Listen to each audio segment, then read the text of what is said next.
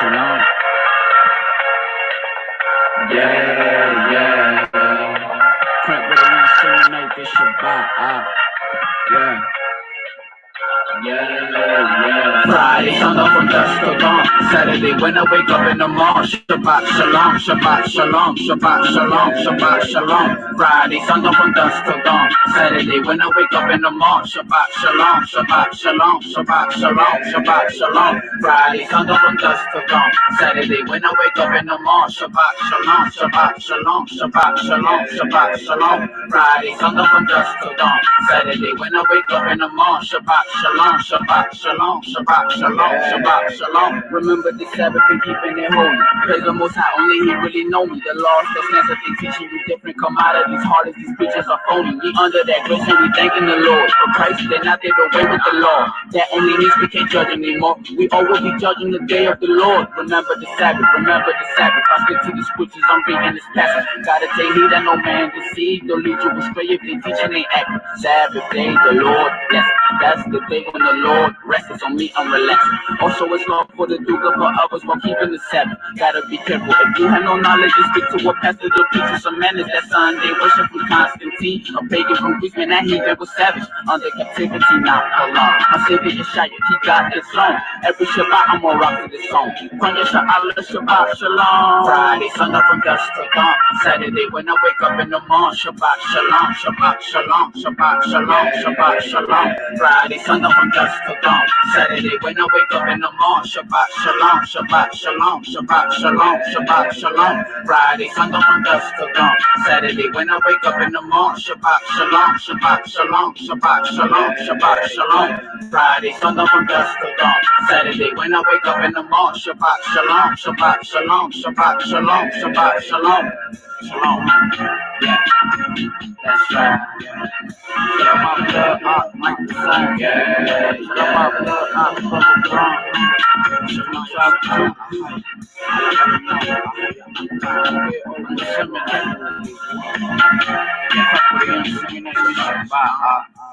Praise the Most High.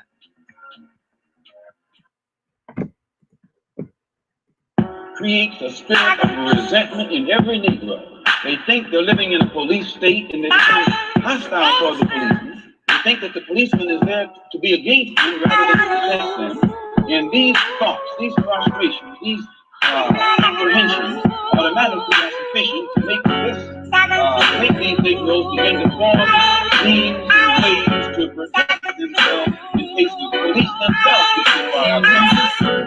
For the clothes to plug, for the rain to color, for the wind to blow, for the sun to ride, for the leaves to drop. Here is the fruit. For the clothes to plug, for the rain to color, for the wind to blow, for the sun to ride, for the leaves to drop. Here is the fruit. How did we get here again? They still killing us out here, family. Strange fruit. How did we get here again? Strange. Yeah. How did we get here again? Peace. Real. How did we get here Truth. again? Strange. Me and Billy Holiday, we talking strange fruits. Old trees, same story, but new news. Bloodshed cause of blood ties, blood roots. Gun killer for true blood, cause my blood true. Strange fruit, swinging food for the fires of the earth. Yeah, the cold eating us with the worms in the dirt. Some burn, still burn, cause they in turn from the curse. I'm bending knee for Bay Al, so they burn with the church. Dead on the vine, they turn the race. And I stay there united, but I race amazing. Redemption for them, with that in the sky. No bird, no plane, this I should have saved them. Let me take you to dignity, yeah. Just now for the triple D, yeah. When they say things have changed, but things are the same. They memorialize in a hanging tree. They still rally in the city, cuz Triple K in your city blood. The judges and police, the politician, government banks be hanging us. For the clothes to plug, for the rain to color, for the wind to blow, for the sun to ride, for the leaves to drop. Here is the fruit.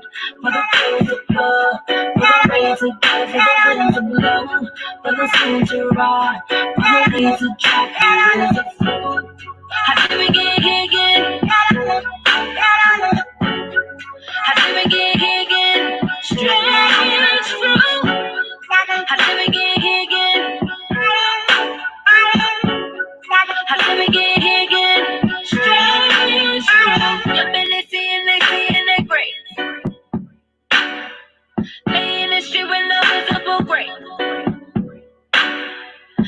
families keep falling for days.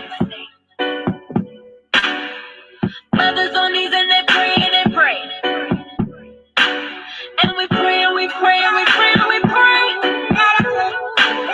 And we pray and we pray and we pray and we pray. And we pray and we pray and we pray and we pray. And we pray and we pray and we pray and we pray. Here is the fruit for the clouds of blood, for the rains of water, for the winds of blow, for the smoke to ride, for the leaves of dry. Here is the fruit for the clouds of blood, for the rains of water, for the winds of blow, for the sun to ride, for the leaves of dry. Here is the fruit. How did we get here again? How did we get here again? Strange fruit. How did we get here again? How did we get here again? Strange fruit. How did we get here again in this predicament? From kids and queens and solo ships treated so insolent, forsaking our first love and leaving our innocence. And how did we get to this place, being branches in the same vine, if we all share the same root?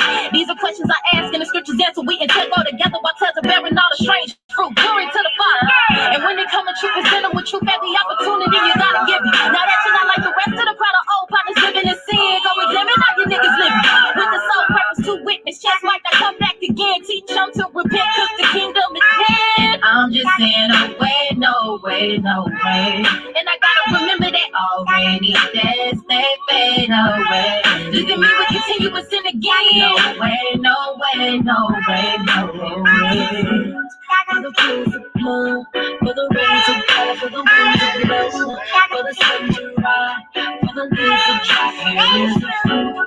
For the pools of blood, for the rains of water, for the winds of blow, for the sun to ride, for the leaves of dry. Here is the fruit. How did we get here again? Snaggy How did we get here Ryan again? Israel. And we must realize that we the strange How did fruit. we get here again? We are in these last days. We must do what we have to wake the nation up. You understand? They busting us down all in the strange thing. Got our hands up and they still shoot.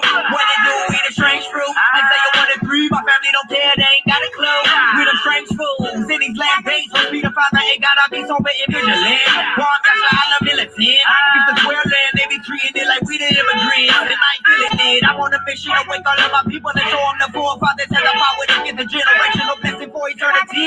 Drop to your knees and pray you can pay back. All these devil for atrocities. Went from hanging on a tree, now we hanging on the back block. Selling crack rock to your own eyes. Voice out, we ain't exterminating ourselves. We don't even need a damn God. Hold up, you gotta understand that the government against every Israelite.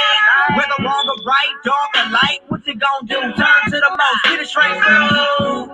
For the pools of blood, for the rains of water, for the winds of blow, for the smoke to ride, for the leaves of dry. Here is the fruit.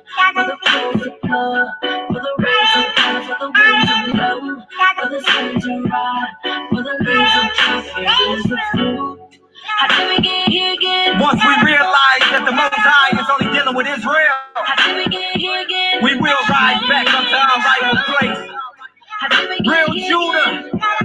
Aria Muna, and I go by Ryan Israel. Ha!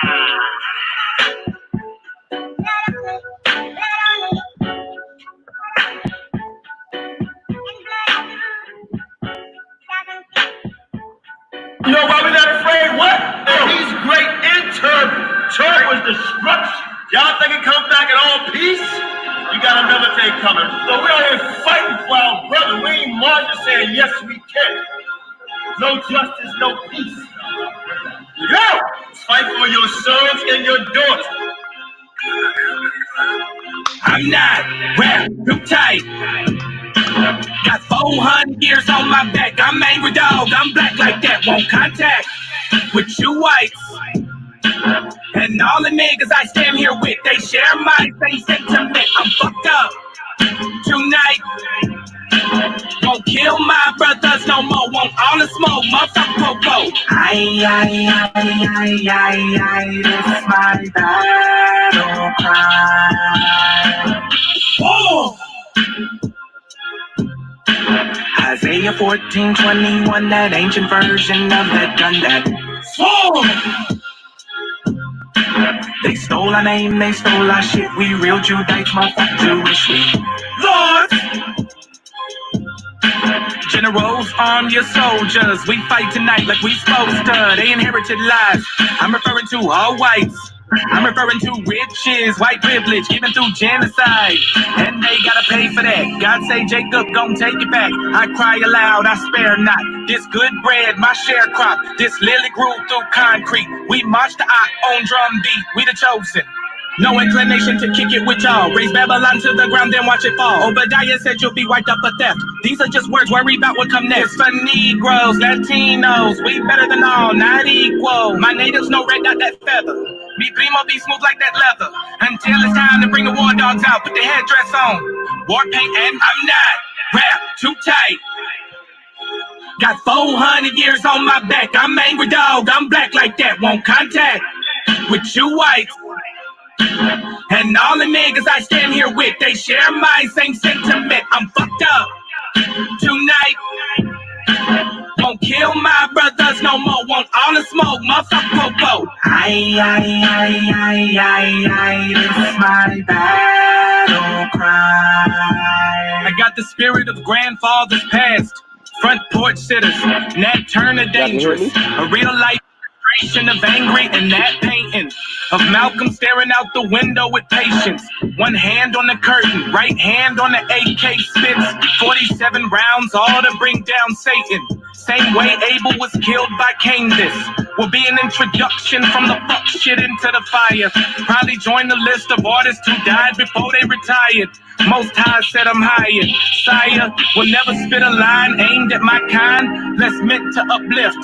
Toughness will be redefined in my rhymes. A squad of men with the spirit of God, with an affinity to point their weapons not at the brethren but at the enemy. Khaki colored kids, baptized in the flames of combat fashioned. In the trap we escaped, our fate was to be great and noble. Moses reincarnate, so be hopeful and know I bring word from A and O to Pharaoh and white folk let my people go, cause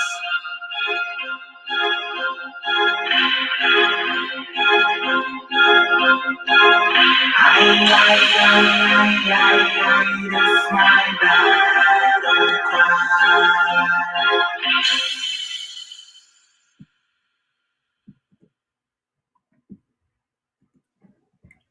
Shabbat Shalom, Israel. Most High bless. Thank y'all for tuning in to F.O.P.E. Friday Night Flame. Shabbat Shalom. Shabbat Shalom. Friday Night Flame. Shalom. Shalom. We have a guest All on praise. the show tonight. Brother, you can introduce yourself.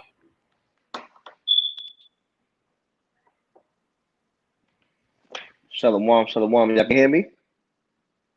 Gun. Loud and clear. Clear. All praise to the Most High, Yahawashi, Yahawashi, giving blessings, giving praises all the way from the Bronx, BX or B-Nex. Go by the name of the Watchman. It's your boy Jeremiah, and I'm happy and just pleasant to be here with y'all brothers tonight as we chopping it up. All praise to the Most High. Gun. Shalom. Hallelujah. Hallelujah. Oh, you know what? It just dawned on me. I told you know.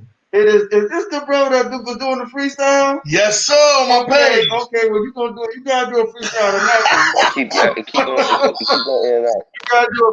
You gotta do a freestyle tonight, man. You gotta folk somebody up with some freestyle. It's time to get folked up. Hold on. You gotta do something tonight. Y'all can hear me now? Hey, look. You good? We can hear you. Say it again. Here we loud and clear. Shabbat Shalom to all the moderators. Right, froze up. So what you said, good brothers? I said we can hear He you. was saying that he recognized that you the brother that do the freestyle on my page. Man, that's all praise to the Most High, man. That's that New York. That's that Bronx motivation. That's all it is, man. That's all it is. That's it, baby. Represent BX. So before we BX, close man. out, you gotta do something for us. You gotta send us a I got no beat or problem with- something before we close out.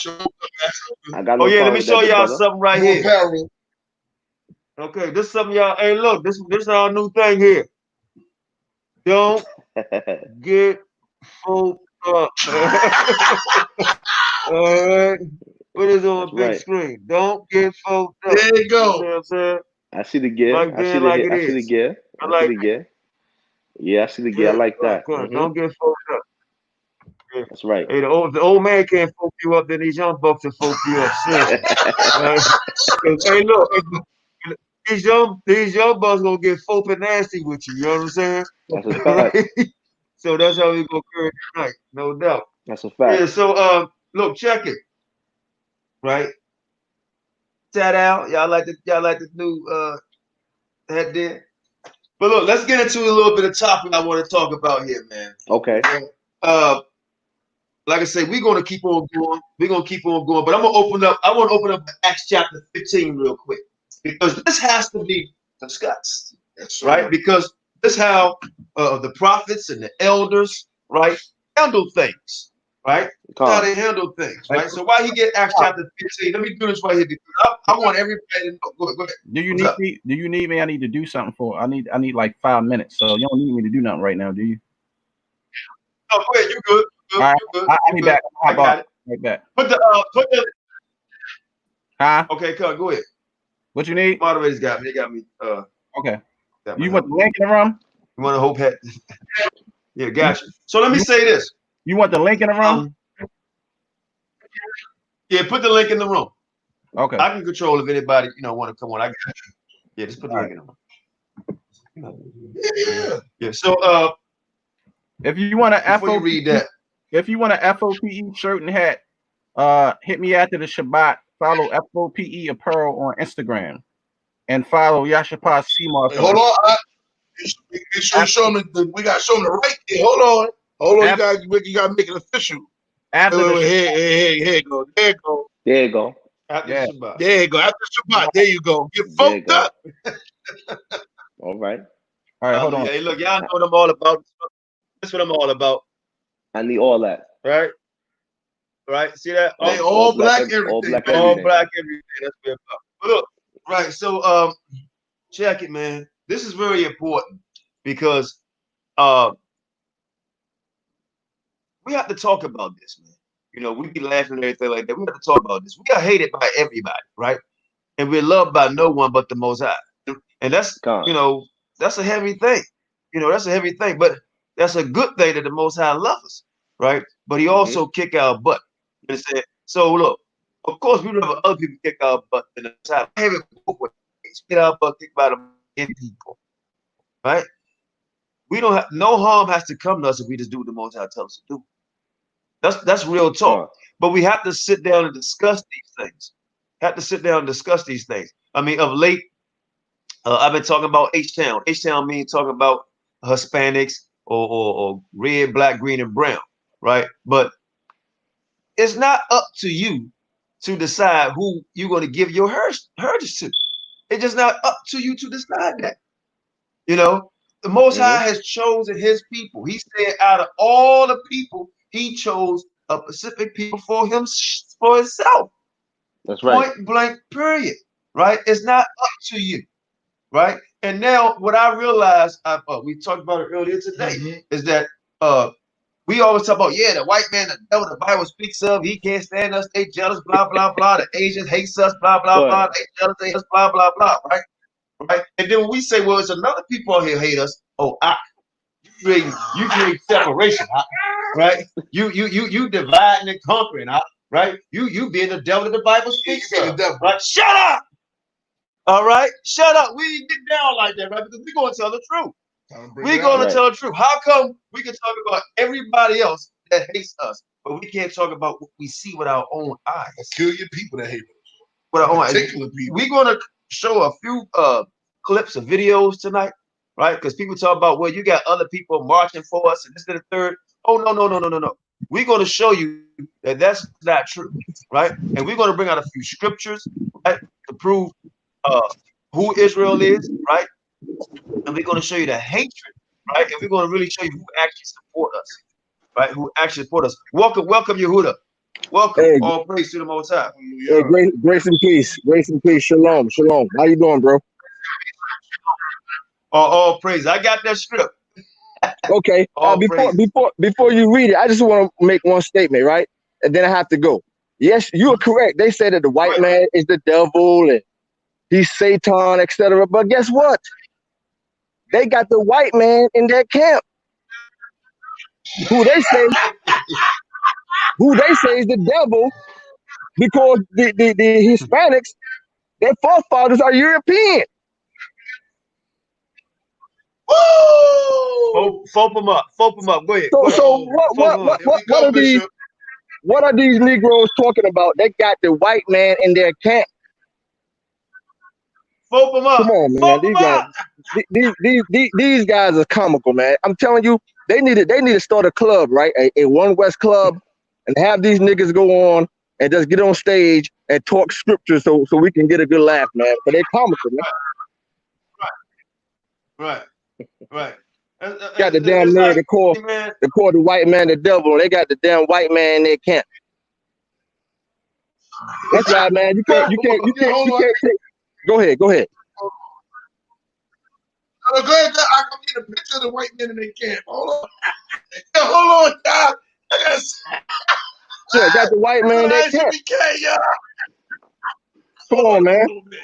Let me zoom in. These people, their forefathers are European. Their forefathers are European.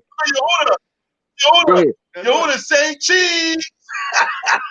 I'm telling you, man, it's comical. It's comical. But yeah, bro. Yeah, better one, y'all. Yeah, I got to go.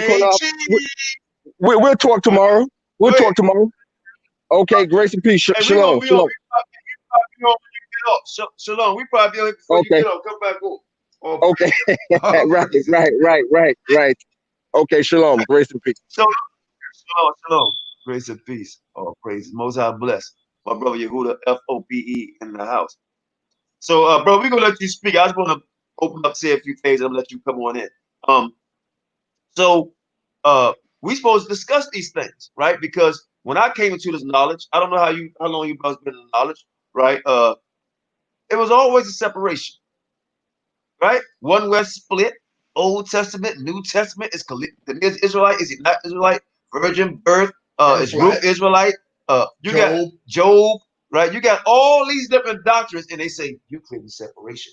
Other camps can't fellowship with other camps, right? You can't be we the purple people eaters, right? You can't come over here. We the purple people eaters, right? You can't do that. So you got all these different camps, right? You got the hobo camp, right? All these people. It's been a separation, but it's time for us to Zephaniah 2:1, right? It's time for us to Psalms 133, right?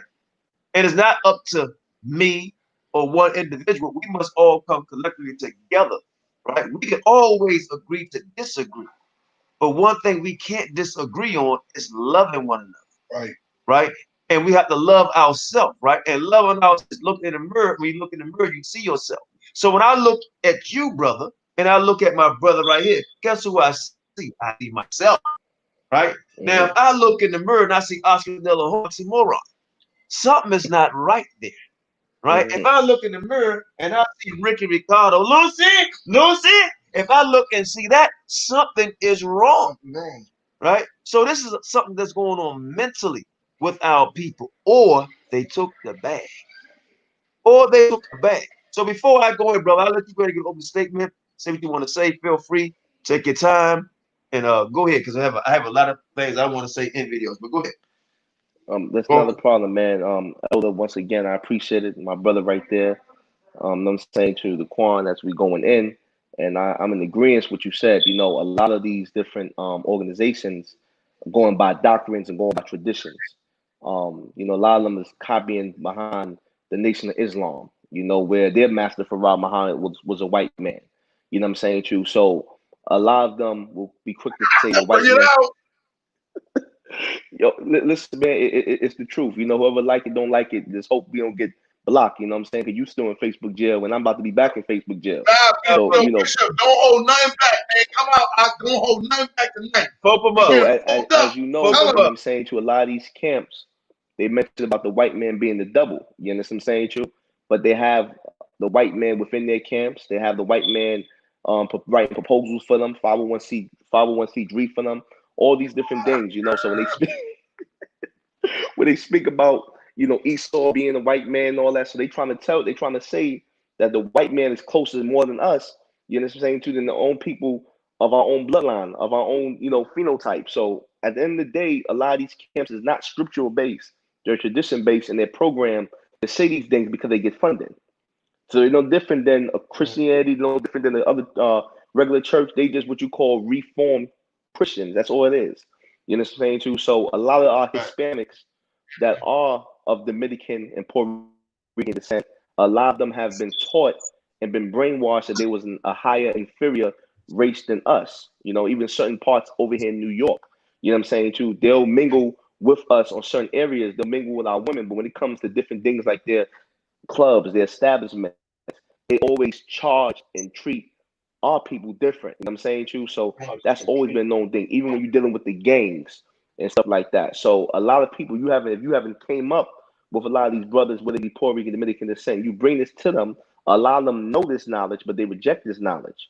But a lot of them still have that DNA from Christopher Columbus and all these different foreigners that came out. So a lot of their forefathers are from European, Anglo-Saxon descent. The European wasn't even on the scene, nowhere in the Bible at that particular time. But they'll be quick to say that Esau is the white man. But if you say Esau is the white man, you got to say David and Solomon is the white man as well. You know what I'm saying? Exactly. So it's a lot of different things that they say. You know what I'm saying? Too. There's doubles in every different race. The word double means deceiver. There's no Hebrew word for double. It just means deceiver. Exactly. But they'll use it lightly. You know what I'm saying? True. And a lot of these same people that said white man's the double is kissing the white man's hand, being with the white man, hanging with the white man, working under the white man, and you know what I'm saying, still on the plantation. And this is what it is. But they'll get on camera just to put up a front. But these same people be sleeping with white women, dealing with these different Europeans on a daily basis. You know what I'm saying, too? So a lot of our Puerto Rican, Dominican brothers need to wake up and let them know that they have blood descent. They have Israelite descent in them. There's no getting around that. You know what I'm saying, too? And from all them other groups that's claiming that they're the true seed and they're looking like, you know, Tarzan, all these different people, it's a mess out there. You know what I'm saying, too? So a lot of these different people on here are on here for hitting agendas, just like that Black Lives Matter. The Black Lives Matter is not even ran by people of color. It's funded by other different people that's of European descent and from LGBTQ. You know what I'm saying, too? So a lot of these organizations fund these movements. You understand, too? And they have these people that's marching with them, not because they're marching for black people, but marching because a lot of them have been paid to fit their agenda. You understand? White supremacy have nothing to do with color. It's who they pick to put their agenda. And that's all I want to say for right now. Yeah, Yeah. William, I know your work. Go ahead, brother. Yeah. One last thing, I just want to piggyback off the brother right here. He absolutely correct, right? They're talking about the white man, the devil, the white man, the devil. But somebody made a comment on the board about Sakari, right? I don't know who made the comment. I think his name is Big Rich. Big Rich, if you're listening, right? We don't give a damn about that white boy Sakari. First of all, okay, all is on.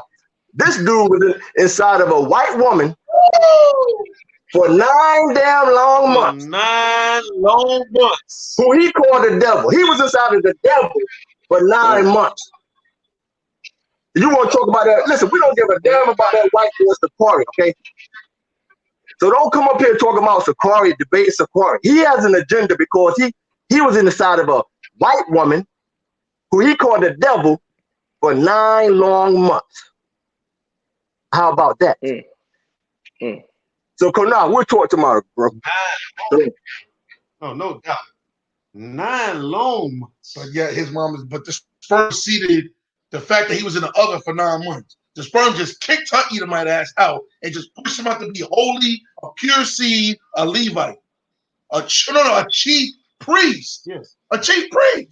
So everything that she ate. So she just dismissed everything about that woman. Let's get into it. Come on, man. Let's get into it. So everything that she ate, he swallowed. Right? All the white woman blood. Yeah, so blood is in the tube. Right? Remember what's the tube that comes out of you when you come out? A nasty tube. What's that tube you gotta cut, sis? When you come out? The umbilical cord. Yes. Remember, she's feeding that nigga through there. Yeah. So he had Edomite blood running through his veins. And hold up. Came up with dead stringy hair, a But beard, red watch beard. this. Not only that, right? We laughing. Go check it. He suckled. He suckled. Not sucked, but suckled. Woo! On a white woman titty. For years. Oh, and man. he white woman the devil. Calling a white woman the devil. But he sucked on a double titty for years. And see, you can't get mad at us because you call the white people the devil. It get better, older. He told another that yes. I'm trying to say, is your mom a devil? You telling me that your mom's a white woman? Is she the devil? Mm-hmm. He is on live recorder on Saturday TV saying this, and I told Bishop this. Mm-hmm. My mom is the devil. So you basically blew yourself up. You was sucking on the devil's titties. For 9 long months. But hold on, watch this though. Now let's get serious here too, right? Because the scripture says, honor what? Thy mother and father. That's still your mother. Yep. Bastard, no bastard. That's still your mother, whether she white, black, red, green, or brown. Yep. That's your mammy. That's your mama. That's your mammy that you suckled on. That she changed your doo-doo diaper. Okay? Bathe you, clothe you, fed you. Right? So, I mean, we're going to go on a lot. And I see people put comments on, break down numbers 1 and 18 mixed with, Middle Valley Mexicans. The big miscommunication of One West, and I got to come in on this. Mm-hmm. Everybody believes that numbers is talking about you are the seed of your father. That's not talking about that. No. That's talking about the lineage. We don't know. We don't give answers. Oh, okay. Bring them on. Right. Bring them on and get fucked up. Put the link in here, brothers and sisters. Put the link in, sisters. So, time for us to get the Mexican, right? Who we got love for? No hate. No hate.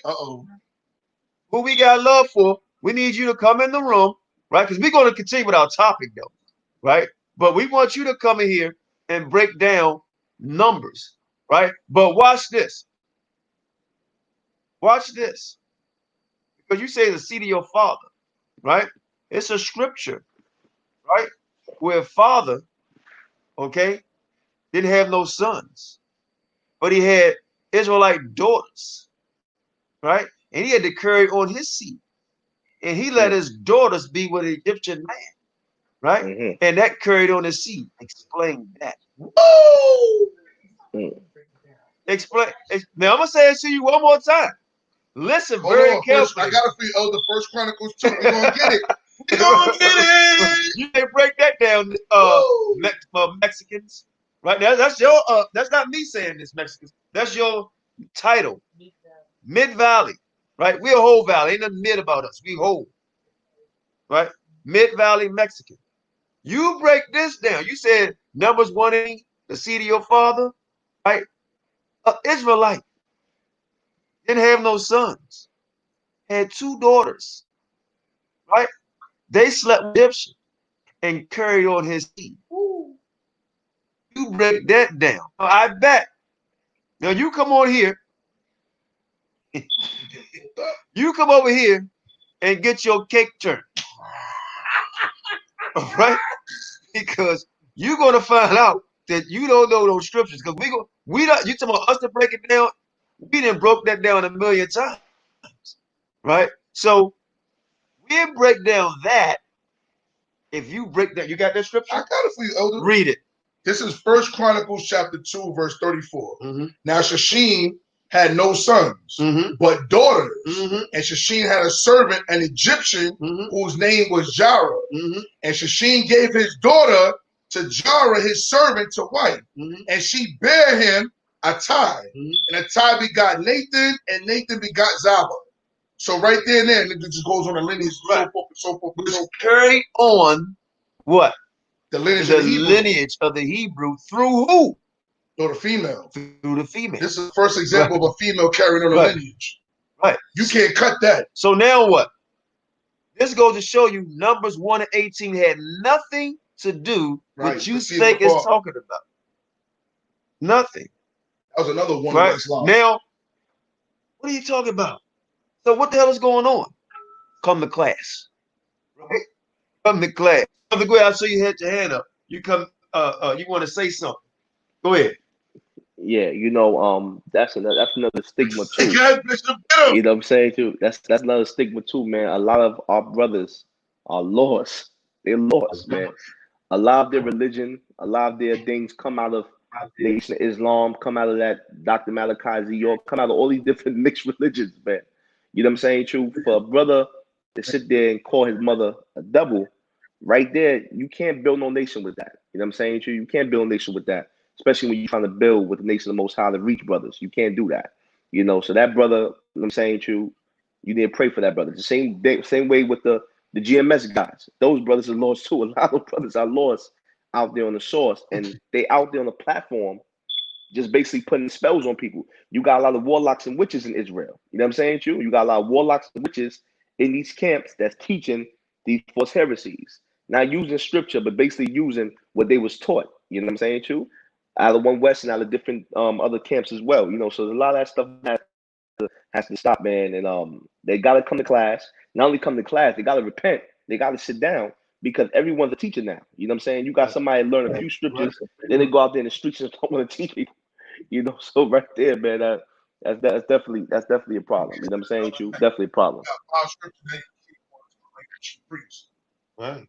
Yeah, man. So here's the thing, you got right? brothers call themselves chief apostles and all that. 5 scriptures. Right. So I mean, you come on here, Mexican, and we can talk about it. Why is the whole country of Mexico not rioting against George Floyd? I'll wait. Right. I'll wait. You give me one Mexican bar in America that's a riot because a black man got killed. They don't give a taco burrito shit. Right. And then Trump. And then Trump they all ain't giving worried about cutting that goddamn press on. And they still waiting for Trump to give them stimulus package. They waiting for Trump. There you go. They're voting for Trump. They waiting for Trump. A lot of them is here illegally anyway. You know what I'm saying? So a lot of them got to go back over bring the your border. Spanish King James Bible in here and get folked up. Right. I mean, at the end of the day, we really not for strife and all that, man. It seems like it, but we're not. I just find it funny that we want to sit down and talk about these things, and people act like, oh, you're bringing strife and debate and all that. But the scriptures tell us to do this. This is what they did back then. Fight. And we're going to find this. Go to James right now. I'm going to get it for you. And then we're going to go to Acts. All right, we're going to start Acts first, or we're going to get the scripture in James? Which one you want to start first? Because when last time you seen a Hispanic Michael Jordan? Right? I ain't never seen nobody flopping back with what they call them hats? They be wearing? What they call them hats? The burrito hats? I ain't never seen nobody flying in the air like Jordan with a burrito head on. It's called a burrito. Yeah, something like that. I've never seen that. Right? Or with some cowboy boots, right? Right? Come on, man, stop playing. This not hate. This appreciate. This not hate. For real. I mean, I'm having fun with y'all, but it's not hate. But we're gonna show a few videos before we get to it, and we're gonna break. I want to read the scripture too while you get that. No.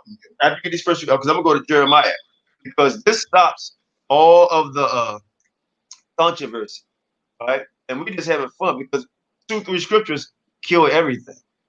2-3. Let's just get. Don't worry about it. Go get Jeremiah chapter 50, verse 33, real quick. This scripture right here kills it, right? At the end of the day, and then we're gonna go to Acts 15. All right, we're gonna go to Acts 15 because this is what we're supposed to do. All these meetings of the minds and everybody afraid to talk about scripture, right? Everybody, right? Show me a Hispanic 5 foot. 6'5"? Wait. What did he say?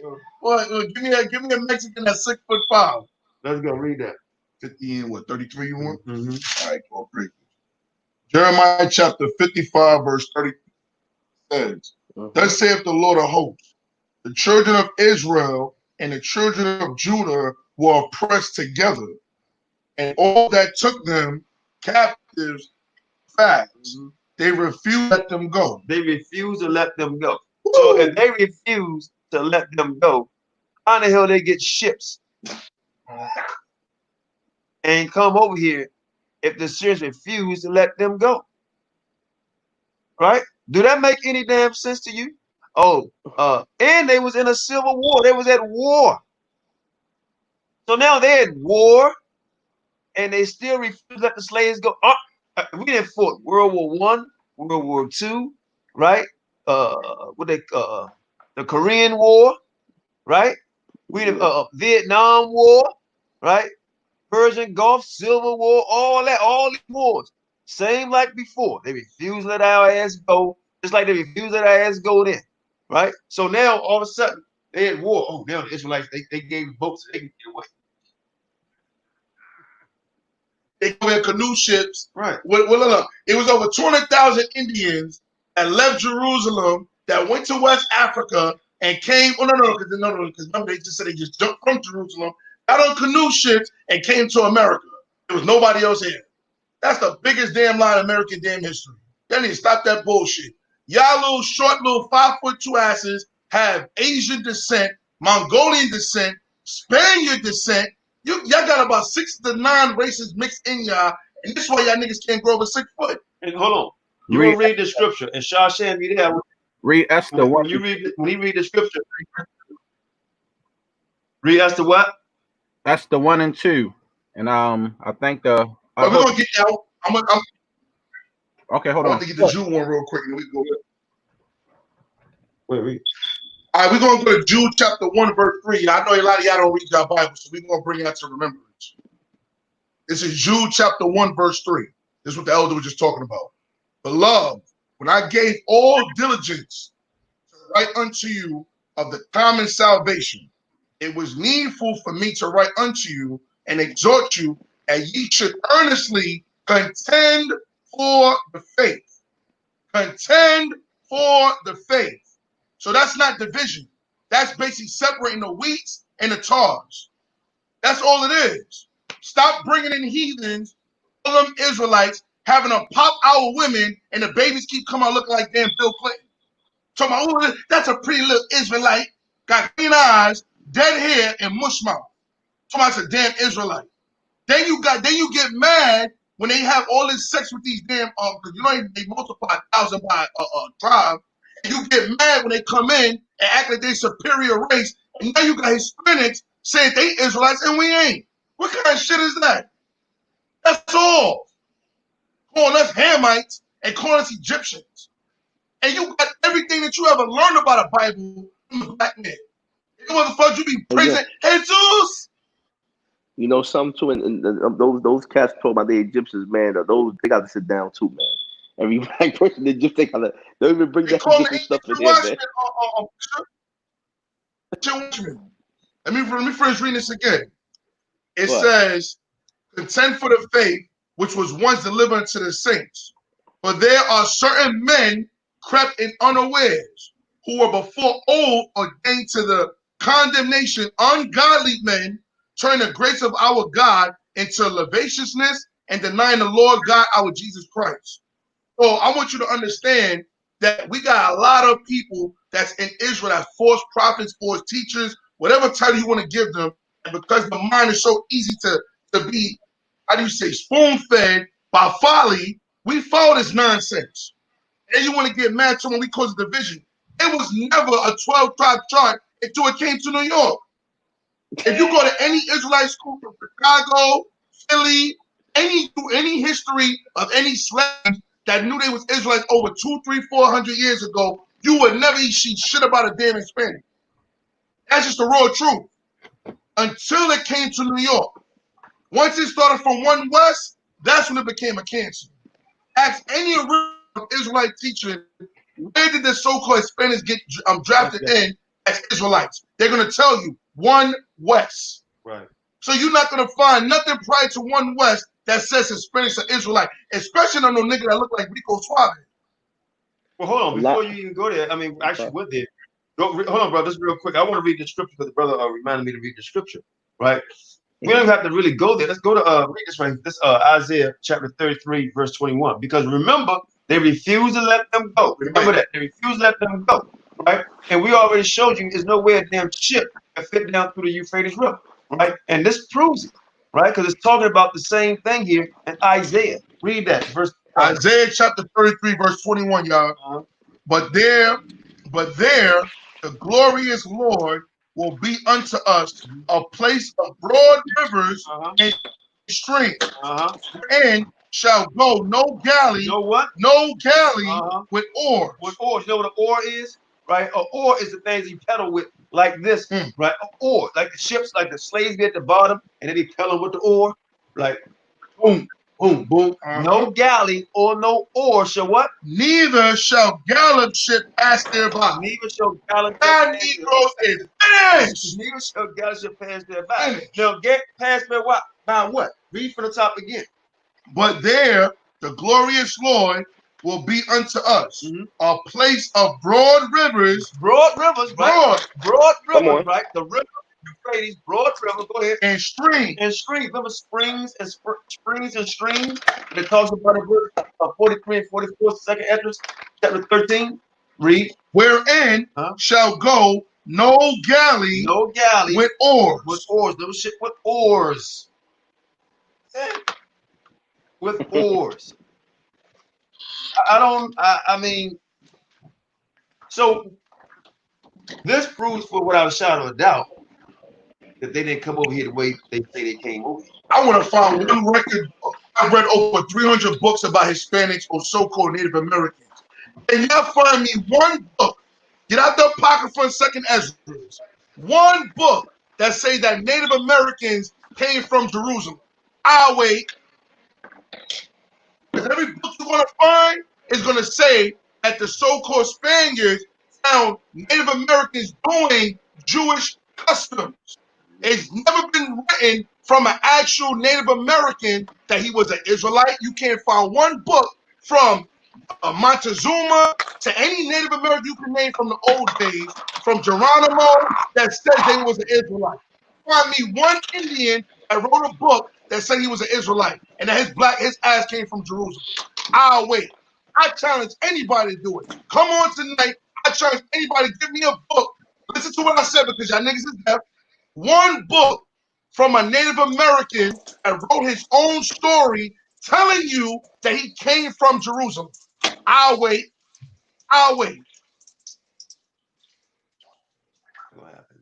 It ain't gonna happen. Now he said something earlier, right? Now, Shashem, you there? Shashem, you stepped away? Okay. Now let's go to Acts chapter 15 real quick, because we're gonna read this, right? Also, right? And hopefully Shashem be back by then, and I'll let the brother come. The only thing you ever gonna find is that when through the slave trade, Israelites got dispersed. So all those Caribbean islands, including Dominican Republic, Puerto Rico, so forth and so forth. And because we got mixed in with all these different languages of passive tongues, this is where the confusion and faces come in. When you go to the island of Puerto Rico, I'm sick of Puerto Ricans trying to justify their folly. If you go to Puerto Rico, 50 to 60% of the island is Christopher Columbus. Period. Look it up. You can Google it right now. They all look like Telemundo. Broad nose, look like a damn woodpecker. Then you have a small majority, a small, maybe 1% of the Taino blood that's left over there. And then the rest is in the ghettos and the slums, what you call the so-called niggas. And they don't never show them. That's why if you ever look at the Puerto Rican parade, you never see black Puerto Ricans. You always see niggas that look like Fat Joe and damn J-Lo. Spaniards. Look at their fathers. Straight from Spain. White people. And a lot of y'all ignorant because a lot of Puerto Ricans or Hispanics don't even know that Spain is at the bottom of Europe. That niggas is dumb as hell. Y'all don't know nothing about geography. Portugal and Spain is at the bottom of Europe. And that's why when they did the slave trade, it was so easy to go to Africa because it's at the bottom damn coast. It's right there. If you do history, Spain went over there first. Y'all niggas don't even know that. Way before Columbus. Spain was old. When you look in history, the Portuguese came, then Columbus came. Y'all niggas don't even know that. As a matter of fact, I gotta go even more deeper. The Asians came first. That's why y'all niggas look like Jackie Chan too. I gotta go there. Go ahead, Elder, bring it out. Hold on. Shashan, you gotta play this video, bro. The woman. No. We gonna get to it. I want to show that map, and I want you to read a couple scriptures for me. That map. Okay, this gonna be okay. I'm gonna do that. This is gonna be 3 weeks. I want to. No, we gonna play it. We getting to it. All right, let's go. All right, go on. Hold on. Hold up. Yo, Bishop, get your popcorn, y'all. I'm here, man. I'm enjoying y'all brothers, man. This is about edification, man. Oh, it's gonna be some edification tonight. We just right now. This was just a rough draft to get everybody warmed up. You know what I'm saying? And you know what? Why he's doing that? What like I said again. When we talk about this, we hate. No, we not. We are defending the scriptures. We believe and know for a fact that who's who. You gotta be able to prove different. It's not hate. Do you hate? If Ephraim got his cake turned, why in the hell, after all these generations, do Bishop look the way he look, do I look the way I look, do Cham look the way he look, and do Elder look the way he look? You tell me. So you tell me that, oh, our DNA is strong, but y'all niggas is Israelites too, but then y'all DNA gets deleted, it gets minute. That don't make no sense. Every time a Hispanic mixes with another nation, that DNA dies off quick. So obviously that means that you got what? A dead seed. Think about it, y'all. Just use common sense. After all these generations of the white men raping black women in the South, the Caribbean, we still look like Negroes. Why? I would be black with dead stringy hair. I mean, green eyes. Just use common sense. Watch this. Just like he was talking. They like use Blake Griffin and the little fake mixtures here and there. No, let's go deeper. They like to use Blake Griffin and they like to use Bob Marley. Bob Marley, got Derek Jeter. Right, but those are black and white, right? And they did not come out Hispanic. So Bob Marley, white father, Bob Marley, black mother, Bob Marley look Negro. Blake Griffin, black father, Blake Griffin, white mother, Blake Griffin, light-skinned looking Negro. Right? Bishop, we gonna hurt their feelings tonight. How did Jacob have 2 Israelite women and 2 damn African women? So where the hell do a Puerto Rican come? Oh, there you go. No, they Mexicans. Yehuda wanted me to show that. There you go. Bring it out, Hold on. Jacob had 2 heathen women and 2 Israelite women, and you tell me Israel look like that? Get the hell out of here, man. He ain't had no heathen women. Jacob ain't had no heathen women. Laban, Bill. I'm sorry, Joseph. Go ahead. Yeah, right, Joseph. Yeah, Bilhah and Zilpah was Hebrews. They was Laban's youngest daughters. We gonna bring that out. Right. But listen to this though. Look at the region where they came from. Where would they look Asiatic Telemundo descent? You don't make no sense. How does your phenotype look like this?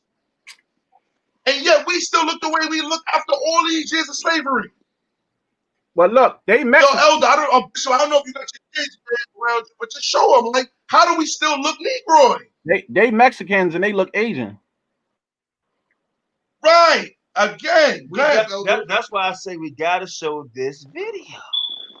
Yeah, you got to bring it out. Because this video is going to prove everything. You say, why they look Asian? This video is going to prove it's going to be without a shadow of doubt. Slam the door, nail in the casket. Some people might not come to camp tomorrow. Okay? Some people may not come to camp tomorrow after this video. And I didn't make this video, right? And it's going to come out of their own mouth of who they really are. All right, I'm going to play it now. Okay? And we done many videos. This video is 26 minutes, and this video is so edifying, right? It's so FOPE-ish, right? So I'm trying to tell you, man, get ready, because you're going to find out. Remember earlier when we was doing this months ago, we started from the West Coast of Argentina all the way over to Brazil, right? Breaking down who these people are. So now we're going to get up into Peru a little bit of Argentina, and we're going to see who these people are, right? And we're going to find out how they actually got there, right? Go ahead, Shawshan, please, because this right here is definitely a focus session. We have many more. We're going to show you how the Puerto Ricans got together when it came to them, right? It's just so much. And this is important. Listen up, everybody. I'm going to try not to interrupt too much, right? But listen up. I guarantee you, you're not going to want to miss this, right? Let's go. You'll get your popcorn, Bishop. You're not going to want to miss this.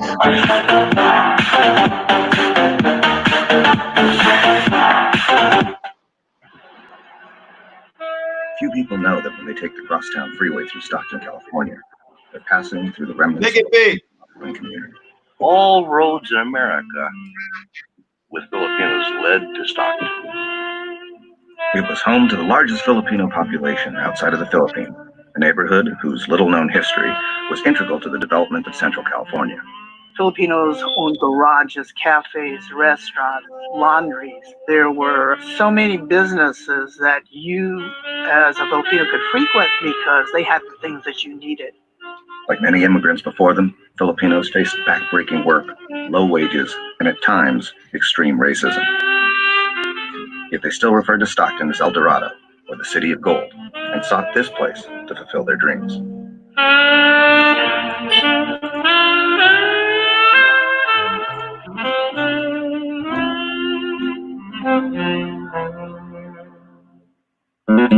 Filipinos in California heartland. Where they come from? Into the country, recruited by the thousands as cheap labor to work the Hawaiian sugar plantations. They quickly began to migrate to the U.S. mainland. So Filipinos basically were not occupying the upper levels of the socioeconomic sectors. They weren't the high-end workers. They were agricultural workers, domestic workers, which is what the economy needed at that time. Following the seasons, they traveled up and down the West Coast, harvesting crops from California to Washington and working the fishing canneries in Alaska during the winter season. Stockton provided a hub where Filipinos could always return. Filipinos arrived in Stockton mainly because they were recruited to Stockton. Stockton was the center of the agricultural activity in the Central Valley of California. And of course, many labor responsible for hiring Filipinos attracted them specifically because they were recruited to Stockton. Stockton was the center of the agricultural activity. Daniel Phil Gonzalez.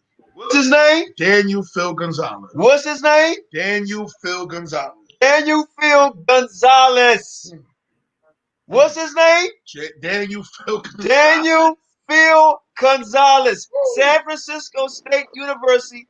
Filipino Gonzalez. With a Gonzalez last name. Okay, let it go. Let's see. We're going to find out who these people are. Let's go. In the Central Valley of California. And of course, many labor contractors that were responsible for hiring Filipinos attracted them specifically to Stockton. Little Manila at its height was a lively 4-block area pocketed next to Chinatown and Japantown. To some Stocktonians, this area south of Main Street was the notorious Skid Row. For Filipinos, however, it was the closest thing they had to a hometown. From the late 19th century on, it was known as the Oriental Quarter. And this is where Chinatown was. And as Japanese immigrants start coming to the Central Valley and to Stockton, they established Nihonmachi nearby. And this is anywhere from a 6 to 10 block area south of Main Street. And when Filipinos come to the United States, they find that the only places that will welcome them are the people of the Oriental Quarter. It's an extremely diverse neighborhood. From the outside, though, most white Stocktonians kind of just generalize the area as Chinatown. My dad came from Lubbock, Bohol, in the Philippines. People told him to go to California, to a place called Stockton, because there was a lot of Filipinos there. So we came down by train, and they brought us up to Lincoln Hotel, and I looked out the window on the main street, and I couldn't see so many Filipinos in my life. From Main Street to Lafayette Street, you can see and smell all kinds of food in that town. The Filipino, Chinese, Japanese, they were making pico there. Lafayette and El Dorado Street becomes this crossroads of not just the Filipino community in Stockton, but in a sense the Filipino community on the West Coast. If you were looking for your cousin and you just recently arrived, you would come to El Dorado Street because you knew there were thousands of Filipinos, especially during asparagus season, lining the streets. In Stockton, Filipino workers in particular became synonymous with asparagus cutting, considered one of the toughest crops to harvest. The hardest work I ever done was asparagus. You had to get the asparagus out of the field because during the hot days, that sun will soak up the liquid in the grass, asparagus. We called grass in those days. And if you got it to the wash house dry, it's because they weigh it. See, you get paid by the weight. And they want to make sure you got that grass into the wash house. But if it was late, the guy's going to get mad because you didn't pick it up right away. When working in the grass, that wind was just blowing out in that peat dust. You could see the hand in front of your face. I wore 2 pairs of pants, 3 shirts, a bandana over my head, and a scarf and goggles. Yeah. Y'all keep calling people Mexicans. The peat dirt gets up into your pants leg. You're going to itch like crazy when you sweat. After we finished working in the fields and in the bunkhouse, you had to sweep down the bunkhouse so you get all that dust out of there. That was miserable.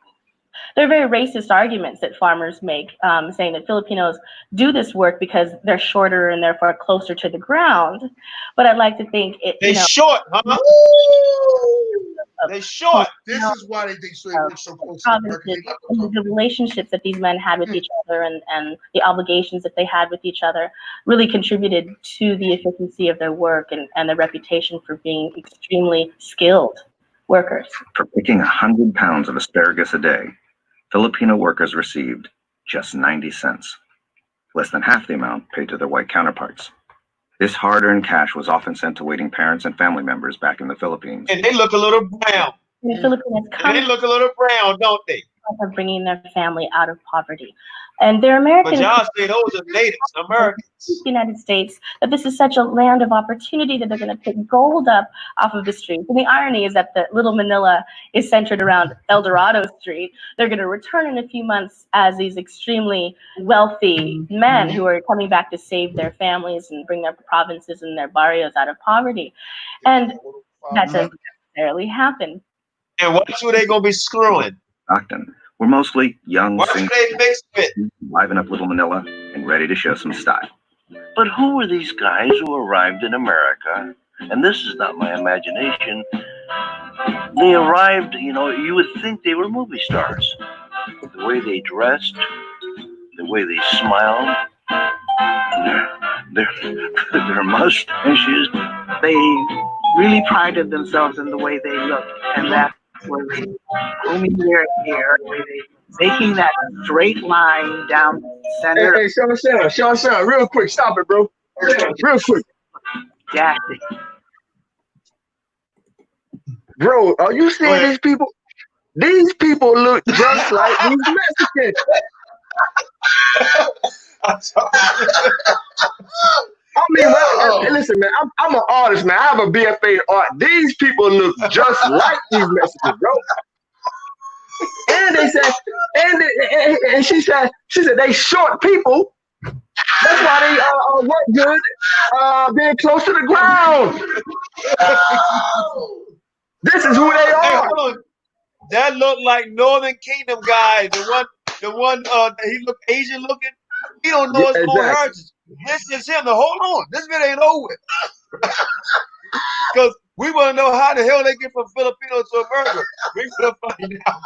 Right? This is this here is groundbreaking. This here is going to, man, tomorrow, your phone is going to be blowing up tomorrow, bro. Go to camp tomorrow. Yo. Your phone is going to be blowing up tomorrow. Your phone is going to be off the hook tomorrow. This is where these people come from.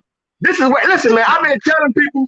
One last thing, cause I'm going. I've been telling people this for years that these people are Asians, bro.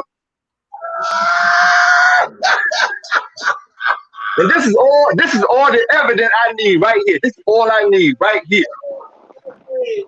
With that, listen. With that, I say, grace and peace. We'll talk tomorrow. Shalom, shalom. Hello, you gonna call back? I guarantee. Go ahead, let it play, Shay. Let it play. Filipino, whether they were from Chicago, New York, Seattle, they all dressed. Now you saw they was dark skinned, right? They all were. Yeah, they kind of dark a little bit.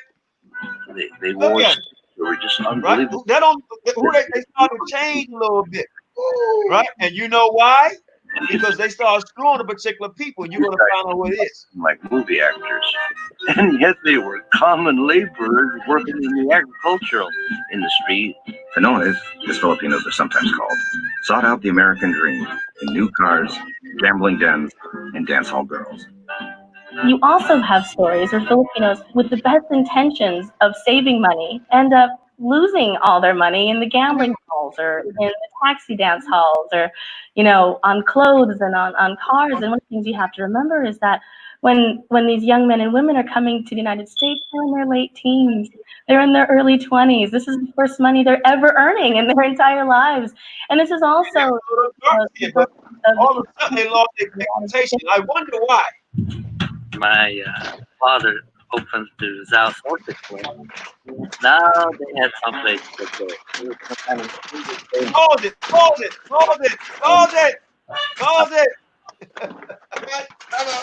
it. And the reason, you want to know why they started losing their reputation? Remember they said dance halls?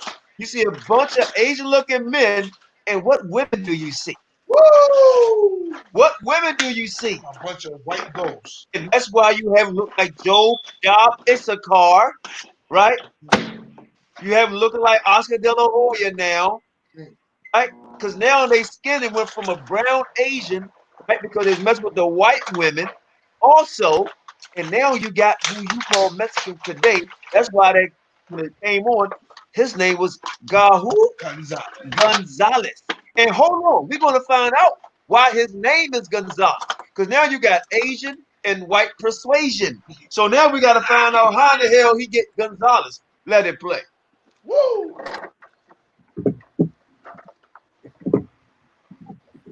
Girls from San Francisco, Los Angeles, Sacramento, about 20, 25 girls working there. But they're all Caucasian girls.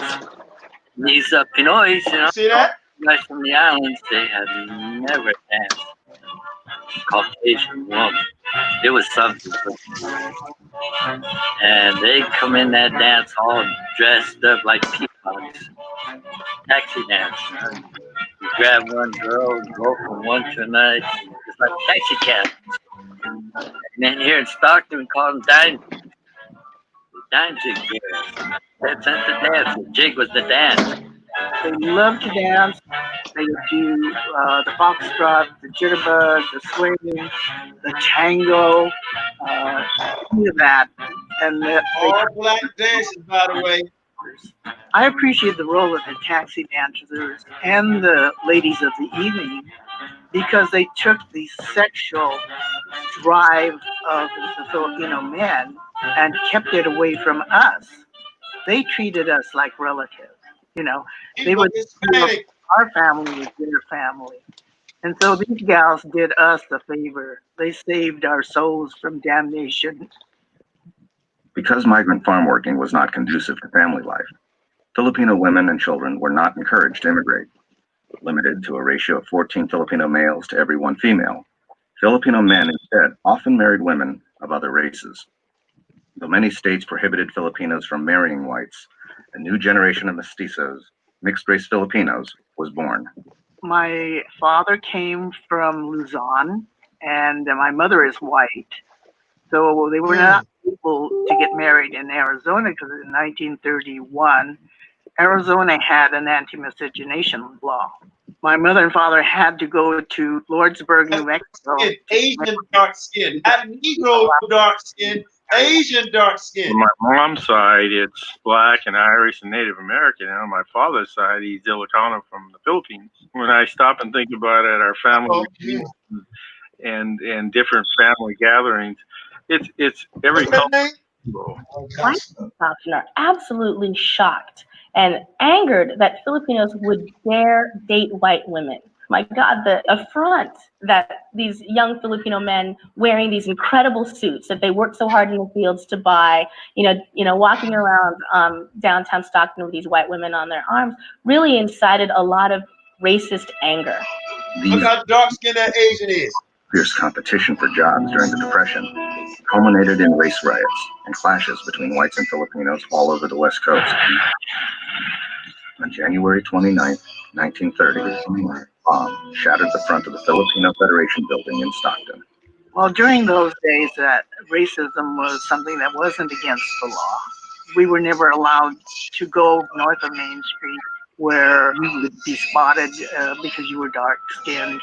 My father would never go into town unless he had his brother or his cousin or some of his townmates with him. And that was mainly for protection. If anybody wanted to come up to you and just make a derogatory remark, then they would do it. And there was no recourse.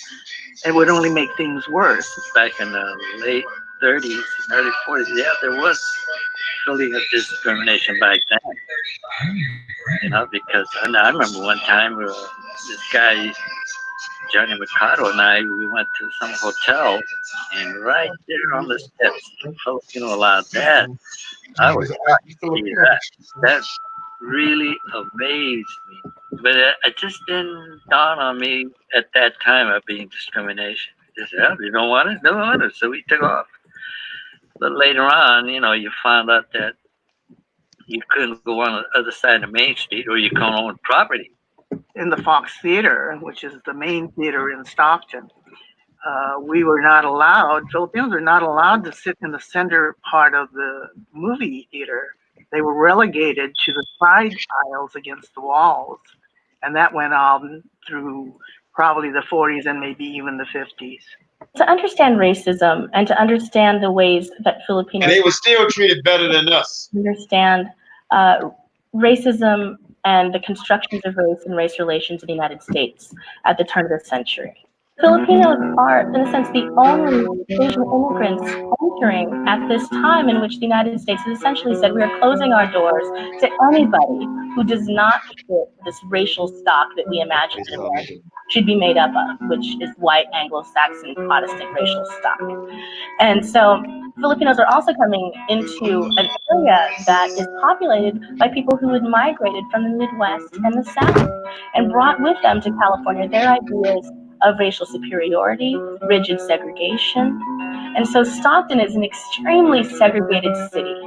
Why do they feel that they can wear these suits and drive these cars and date anybody they want to?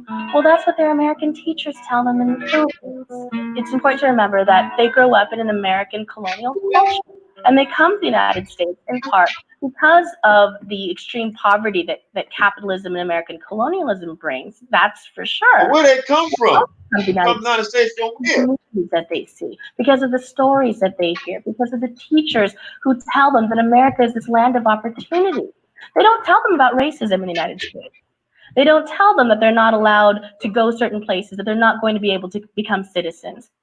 In 1934, motivated by anti-Filipino sentiments, Congress passed the Tidings-McDuffie Act, which later granted independence to the Philippines, but restricted immigration of Filipinos to America to just 50 per year. 1934 Tidings-McDuffie Act changed the status of Filipinos from nationals, which was this kind of in-between status as colonial subjects, to aliens.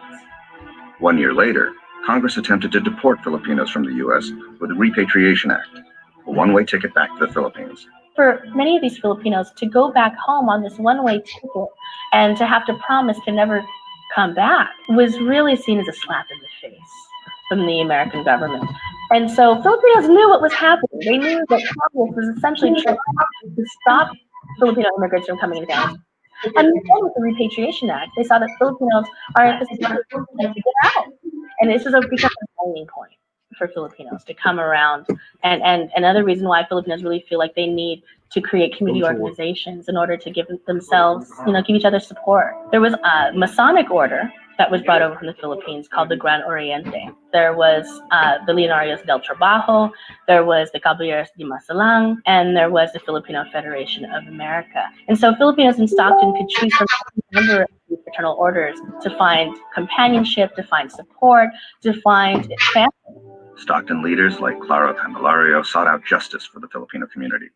He spoke against racism, the gambling, and other businesses taking advantage of Filipinos, as well as the unfair labor practices against farm workers. I think really and truly, my dad felt that there has to be something better from the something better. But when he came to Stockton, he found out exactly how these agricultural workers were really treated, where they live, and just got involved in the movement. In 1939, Filipino labor leaders organized an asparagus strike in Stockton, demanding the restoration of higher wages. This strike was so successful that all but 2 growers agreed to their terms. I'm happy to say that my dad in some way was able to be of help to the Filipinos, and if his dream of the Filipino have an image than what it was, that is almost done. World War II was a turning point for Filipinos. Eager to prove their patriotism, the Filipinos volunteered en masse to fight the Japanese. The 1st and 2nd Filipino Infantry Regiments were formed, and these wartime efforts led to improved status for Filipinos. My grandfather did.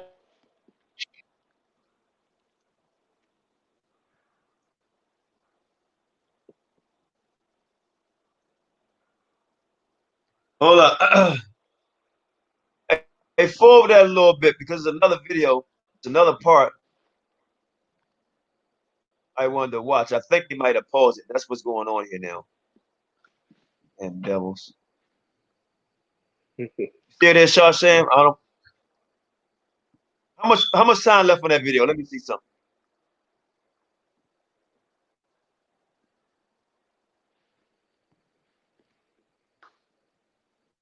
Okay, they done muted the sound. I showed a video last week, and I wanted to lead up to that video by watching this. Because it's going to show you the history on the relationship between Asians and Hispanics. I go to a grocery store here, and it's owned by Asians and Hispanics. I took my brother to a store here today, right? And who was working in the store? We went to go get back food. Asian Hispanics. Asian Hispanics. Just like each other. And looking just like each other. Right? I guess that's Michael Jordan. But when you do your research and you always wonder why, it's because they took on the names, right? And there's another video I wanted to show, and they lost their complexion, right? Now they'll say, one West say, see, that's a native Indian. That woman they just showed it. They say that's a native Indian. But obviously she's Filipino, right? So I mean, at the end of the day, it's obvious what's going on here. And what's going on here is that you have people who are not scholars, who don't do the proper research because they look for what they want to believe and not look out for the truth. Right? They'll say, "Star, that's Gad." They'll say that's Gad. Right? She's Gad. That's Gad. That's a damn Filipino. Right? But that's a Filipino woman. Right? And they have a history. And they should be proud. Listen, it's not to get down on them, but they should be proud of their history. They was discriminated against. There was racial profile. Sure. Right?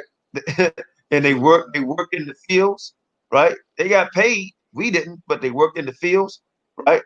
And they struggled. You understand? So this is not to slight them. They who them people look like now? Right? And this, I don't know why this video paused. Look how they started to look now. Right? Like your so-called Native American Mexican. So I mean, and look at him. You understand? So they end up mixing. They end up mixing. So this is not to slight anyone, any shape, form, or fashion. Everyone should be proud of their culture and anything that's positive. Them people struggled, they worked hard, right? But they had to what they had to do. Look at him. Like the average, I mean, let's keep it real, right? Let's keep it real. You know, so this is, like I said again, this is not to talk about hate or hate any Filipino, hate any Mexicans, hate any black, you know, at the end of the day, right? Look at him, right? I've seen guys on Facebook, when I go on their profile, their grandfather look just like him. And I got the pictures. And I sent them out to other brothers. So they was like, wow, people sent me the pictures. Okay? And these people been here before the 30s when Genghis Khan and so on and so forth. Right? And it's talking about the 30s and 40s. Shashem, I just sent you one more video. Play that real quick. That video like 9 minutes. Play that. And then you're going to see this. That video is very important also. Right? But this only leads up to this, so you can know who they are. Right? This is not no black and white mixing. Right? This is Asians, whites, and Mexican. That's mixing. Period. That's why they're not turning back black. That's why they don't look Negro. It was never Negro in the first place. They dark skin. They get their dark skin from dark skinned Asians that you saw. That mixed with white men and white women. Okay? So you put the other video, the one I just sent you? Yeah, it's up Let now. that play. I think. All right, play it. Let me see if that's it. Let go, Kimara. Let go. Let go. Come on, let go. It's a part of American history that was almost forgotten. When farm labor leaders went on strike in California in the 1960s against the backdrop of the civil rights movement, one group played a pivotal role in the worker and immigrant rights. I never knew this history growing up. I don't think anyone from my community knew about it. Marissa Arroy is talking about the Filipino community, who make up the third largest Asian population in the U.S. As a filmmaker, she is keeping this story alive. In the 20s and 30s, over 100,000 Filipino men flocked to America seeking new opportunities. They became migrant workers and followed the crop cycles all over the West Coast. Larry Itliong and the Filipino Manongs, which means elder, began the Delano grape strike to protest the unjust wages and poor working conditions of farmers. I'm going to be very frank with you. I have all kinds of guts, you know. I'm not scared of nobody. And I'm a son of a bitch in terms of fighting for the rights of Filipinos in this country. Farm owners often pitted Filipino workers against Mexican workers in an attempt to sabotage the protests. Despite those attempts, the biggest protest, the Delano grape strike, was built on the partnership between the two groups. On September 8, 1964, Filipino farmers led by Larry Itliong protested unfair wages and working conditions. Cesar Chavez, who led the Mexican farmers, wanted to wait 2 years before they protested. But Itliong told Chavez they couldn't wait. The Manongs were getting old. Where are your brothers and sisters over here? Come on! I guess that's your father backfired on your ass, didn't it? And together they founded United Farm Workers, or UFW. The work he did was significant enough to get us a union. You know, at a time when I think for the most part Filipinos didn't really speak up. The strike lasted 5 years and gained national and international support. The successful protest resulted in a contract granting farmers fair wages, benefits, and protections. So important to humanize and let communities know and let kids of color and their families know that we are part of American history. Gail Romasanta co-wrote a children's book about Larry Itliong that was published this year. Filipino Americans, now that we've been here for a few generations now, you can ask to be at the seat at the table and you can demand why your story is so relevant today about the rich and the poor, unions, immigrant backlash, the food. And go to the last video I just sent you. And then once I play this video, we can let everybody close it out, because this video is very important right here.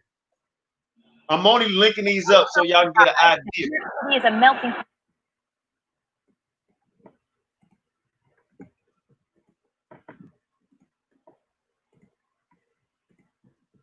Okay, this is the nail in the coffin.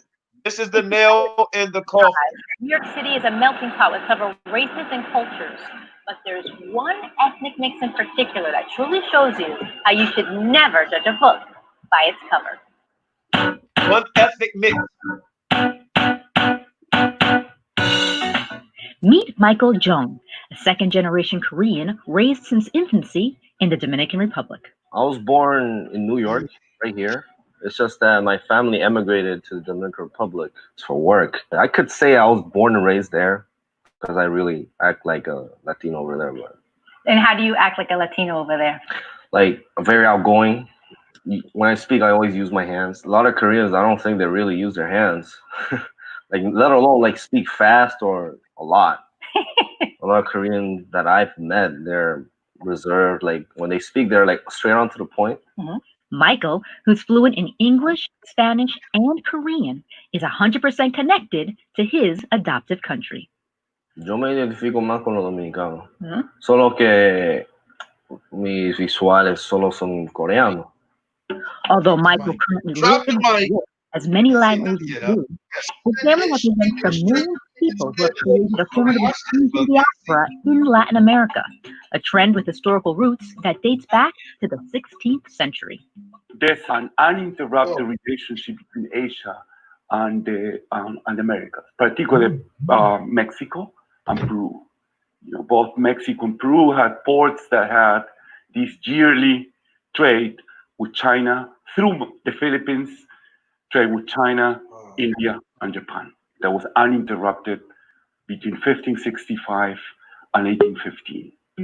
The Manila Galleon trade were Spanish trading ships that sailed the Pacific Ocean for over 200 years between Spain, Acapulco, and Manila.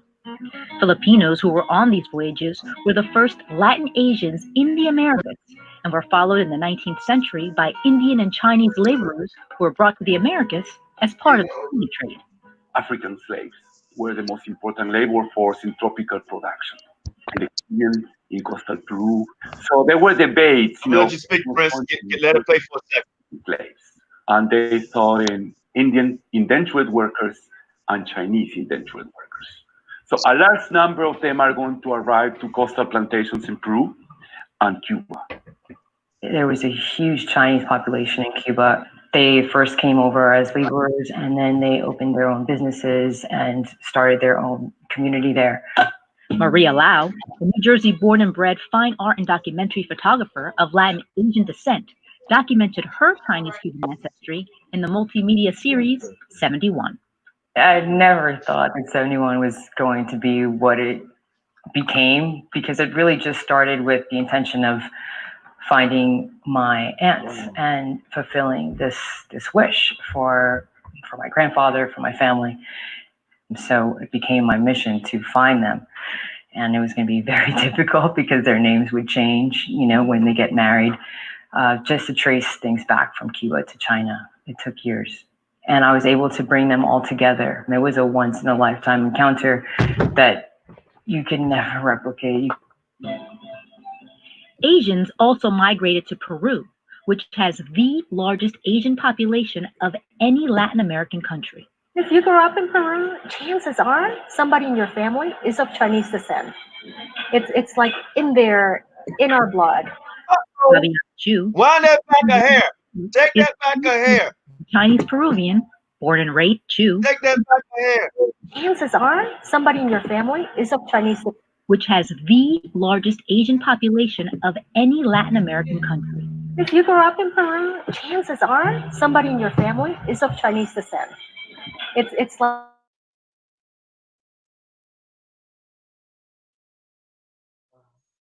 the devil don't want the truth to come out.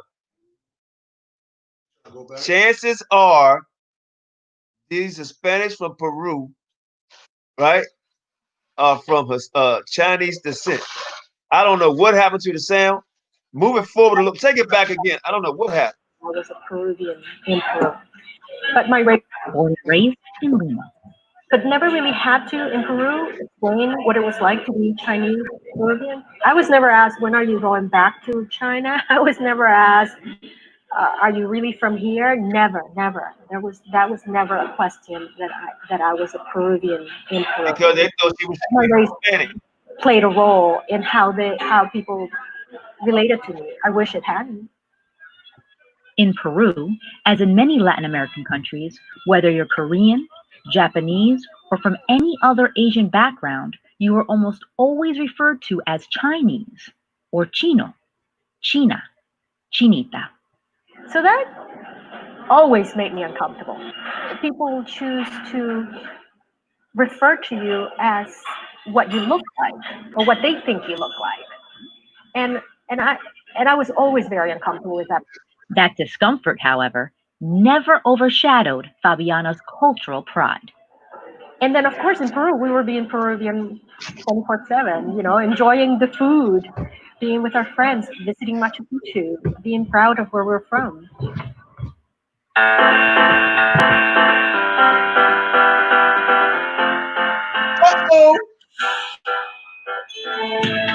The also celebrated through food, where dual heritage is served on a platter. I'm very proud to be both Peruvian because I'm first Peruvian. I was born in Peru.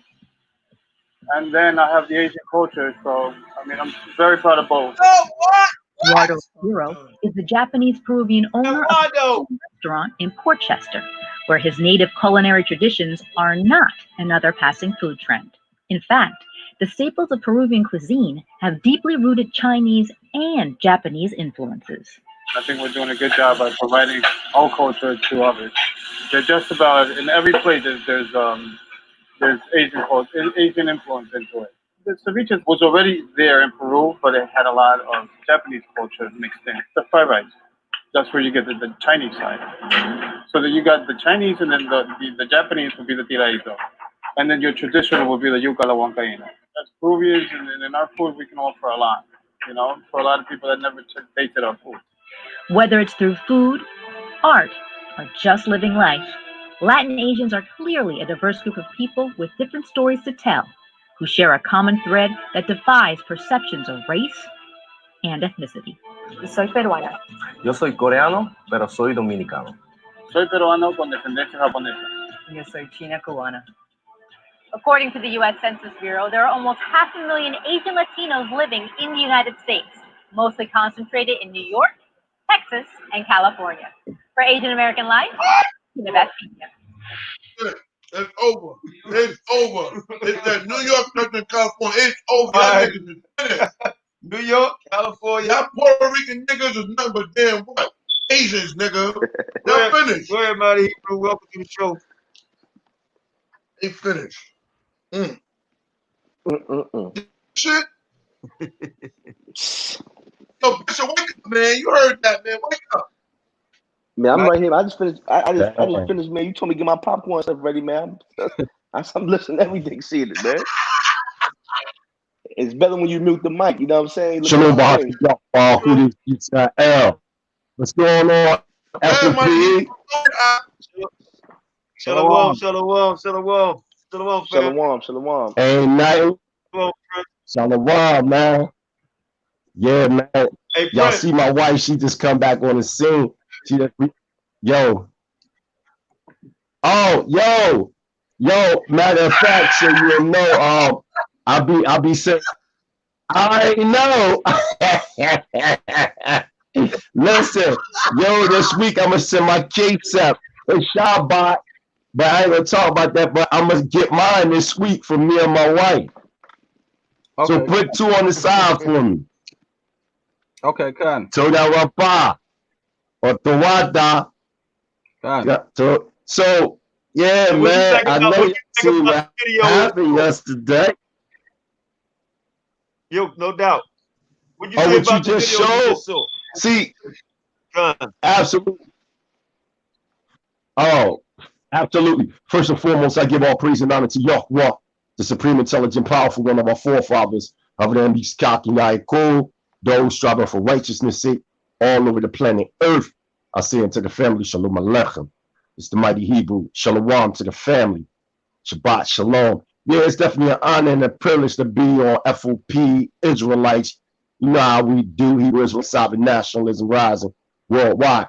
Yo, them videos only confirmed what I was bringing forth yesterday. You funny, man. They do. Because, again, one of the discussions, and we're getting to that, but one of the questions was basically the haplogroup or the haplotype is not outlined in the Torah. Now, the videos you just showed, watch how I intertwine this. When people make that state, what they fail to understand, the haplotype and the haplogroup, that whole biological data that was brought together was created in 1997 by a so-called Jewish observer by the name of Dr. Rabbi Yaakov Kleiman. He is a biologist that was tapping into the Torah in the first pages of Genesis, or Bereshit or Bere Eshah, meaning the genealogy. Abraham begot Isaac, Isaac begot Jacob, etc., etc. I asked the question, what does haplo mean? He didn't know. He looked it up. It means one fold. It goes back to a Greco-Latin word, one fold, or haplos, which defines a progenitor. So in that retrospect, Yaakov, for example, Yaakov, Jacob, would be considered the haplotype. The haplogroup would be Yasha'Allah or Yisrael, which is E1B1A-EM2. And the women are L2 and L3. They try to lie and say that the haplotype sequences aren't in the Torah. But what they fail to understand, that the haplotype understanding of this structure was developed by a biologist that got the idea from the Torah. You can type him up, look it up, and they break it down, and he breaks it down where he got this information from. Interesting. So now with them videos that Zaquin QANATH just showed, he just showed how these Q haplogroups that we are calling indigenous populations, such as your Aztecs, your Meztecs, your Pueblos, your so-called Mexican, well, your so-called Mexicans, we're getting it at, they are admixture, man. They are admixture hybrid that was developed 568 years ago because of the Spaniard conquistadors, which is our haplogroup, came into the Q haplogroup, which this Q haplogroup goes back to Asia, to the Oriental Asians, the Mongols and all that. It's a fact. This can't be overlooked. Not only do we have biblical information, but we also have the scientific data that backs it up. Then when you look at the Pacific Islanders, this me right here, Elder, I can keep going. Go ahead, Prince. Oh, okay. I'm saying you got the Pacific Islanders. Right, because y'all know I had a discussion yesterday and word on the street said I demolished that joint. Yo, the elder crazy. Right. You already know, and I know, look at Crown Lord DeQuan. I know Crown Lord DeQuan, he chilling. What's up, Lord?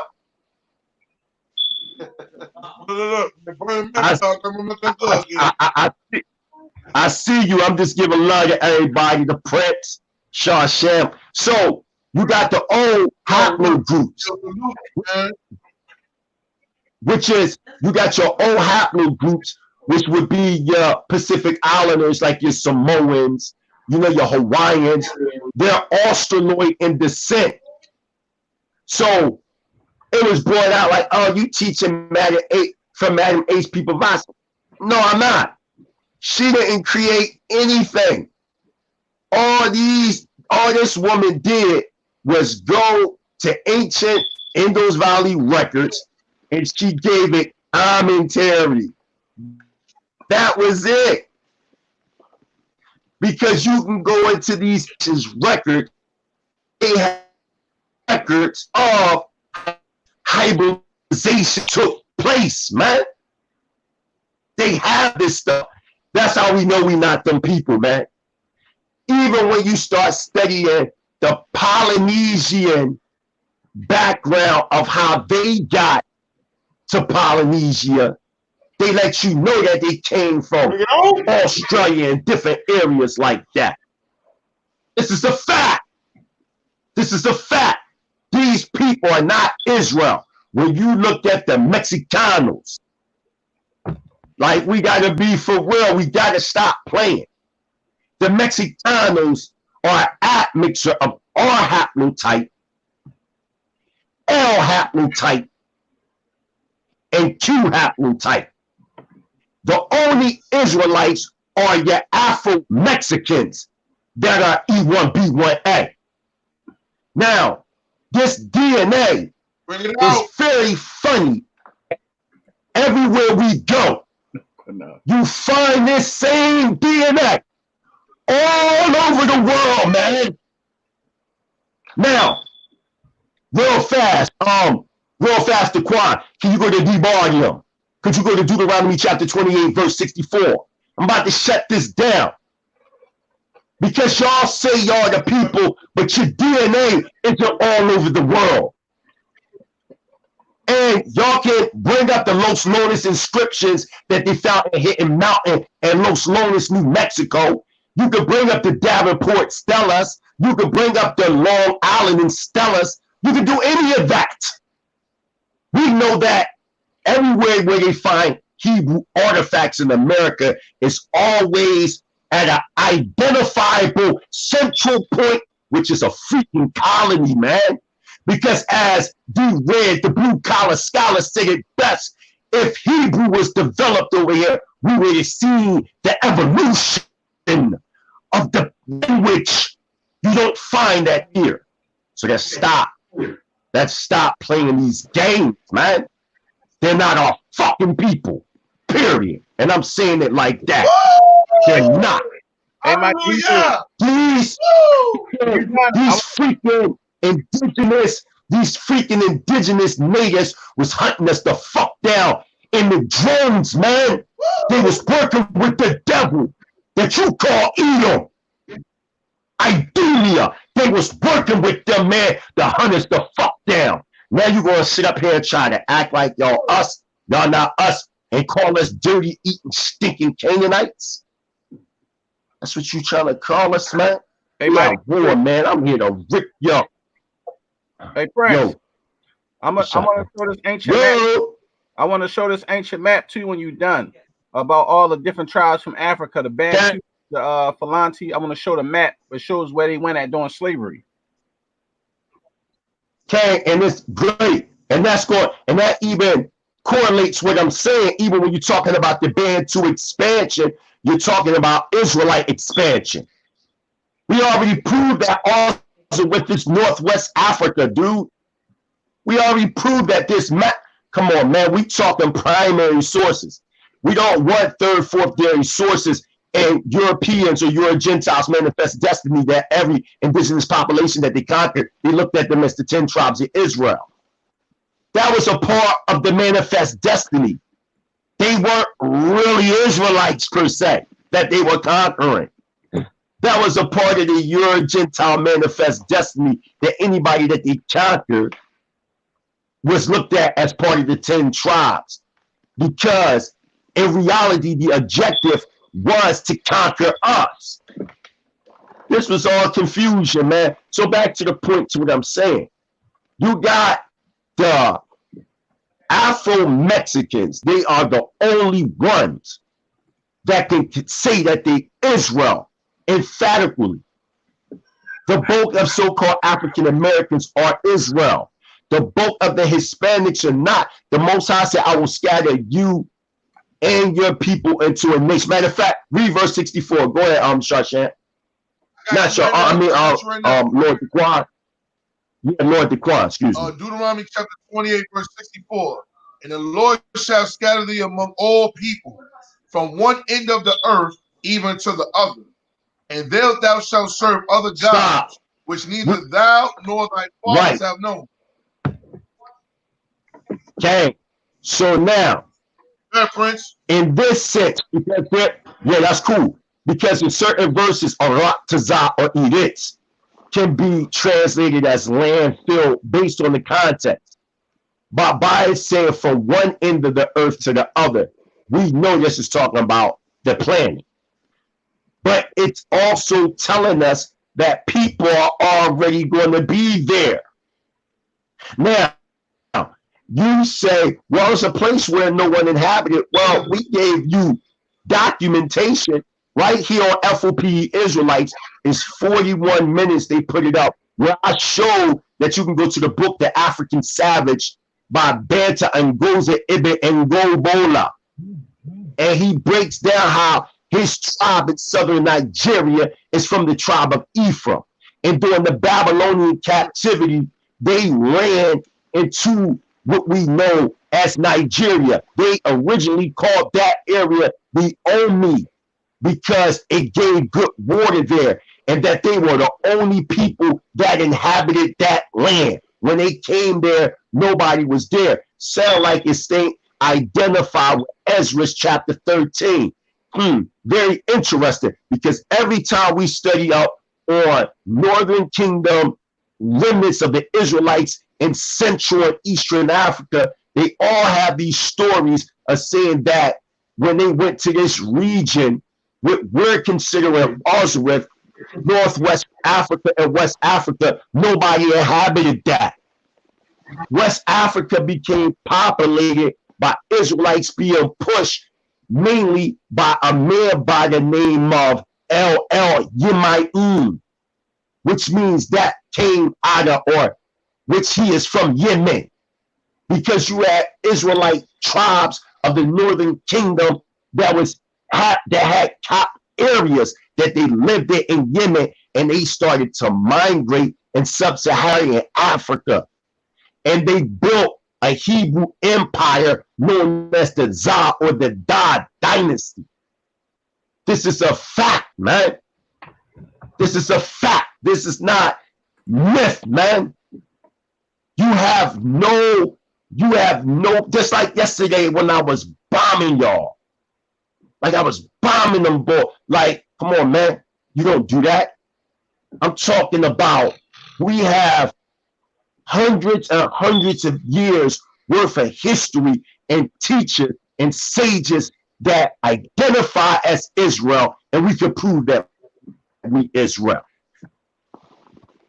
Hey, most Mexicans have not a clue as to what we talk about right here. Okay. Prince, let me say something real quick. This book, and I want you to read something real quick. Mm-hmm. This book, right? America's Fascinating Indian Heritage. This book right here. I don't know if y'all can see it. No, you got it right there. Right? And what did I say again? America's Fascinating Indian Heritage. Now I'm gonna show y'all something here real quick. Right. And I'm gonna give it back to y'all. Shasha, I know you want to say something real quick.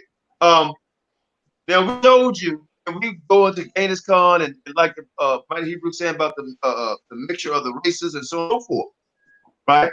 Now this book gives a clear history, right? And I'm not gonna go all the way into it, but I'm gonna show you a couple of pictures, right? Read this first, and I'm gonna show you the picture. Read that first. What it says? It says sculptured head of a Texapan man is based on 11,000-year-old skull found near Mexico City. Found where? Near Mexico City. Okay, now this how this head look. Found near Mexico City. Y'all see that, y'all? Hold on, let me go down a little bit. Though. There you go. A little right, bit. right. There we go. Yeah. Right. That look absolutely. That look like an Asian, right? One more picture. Right.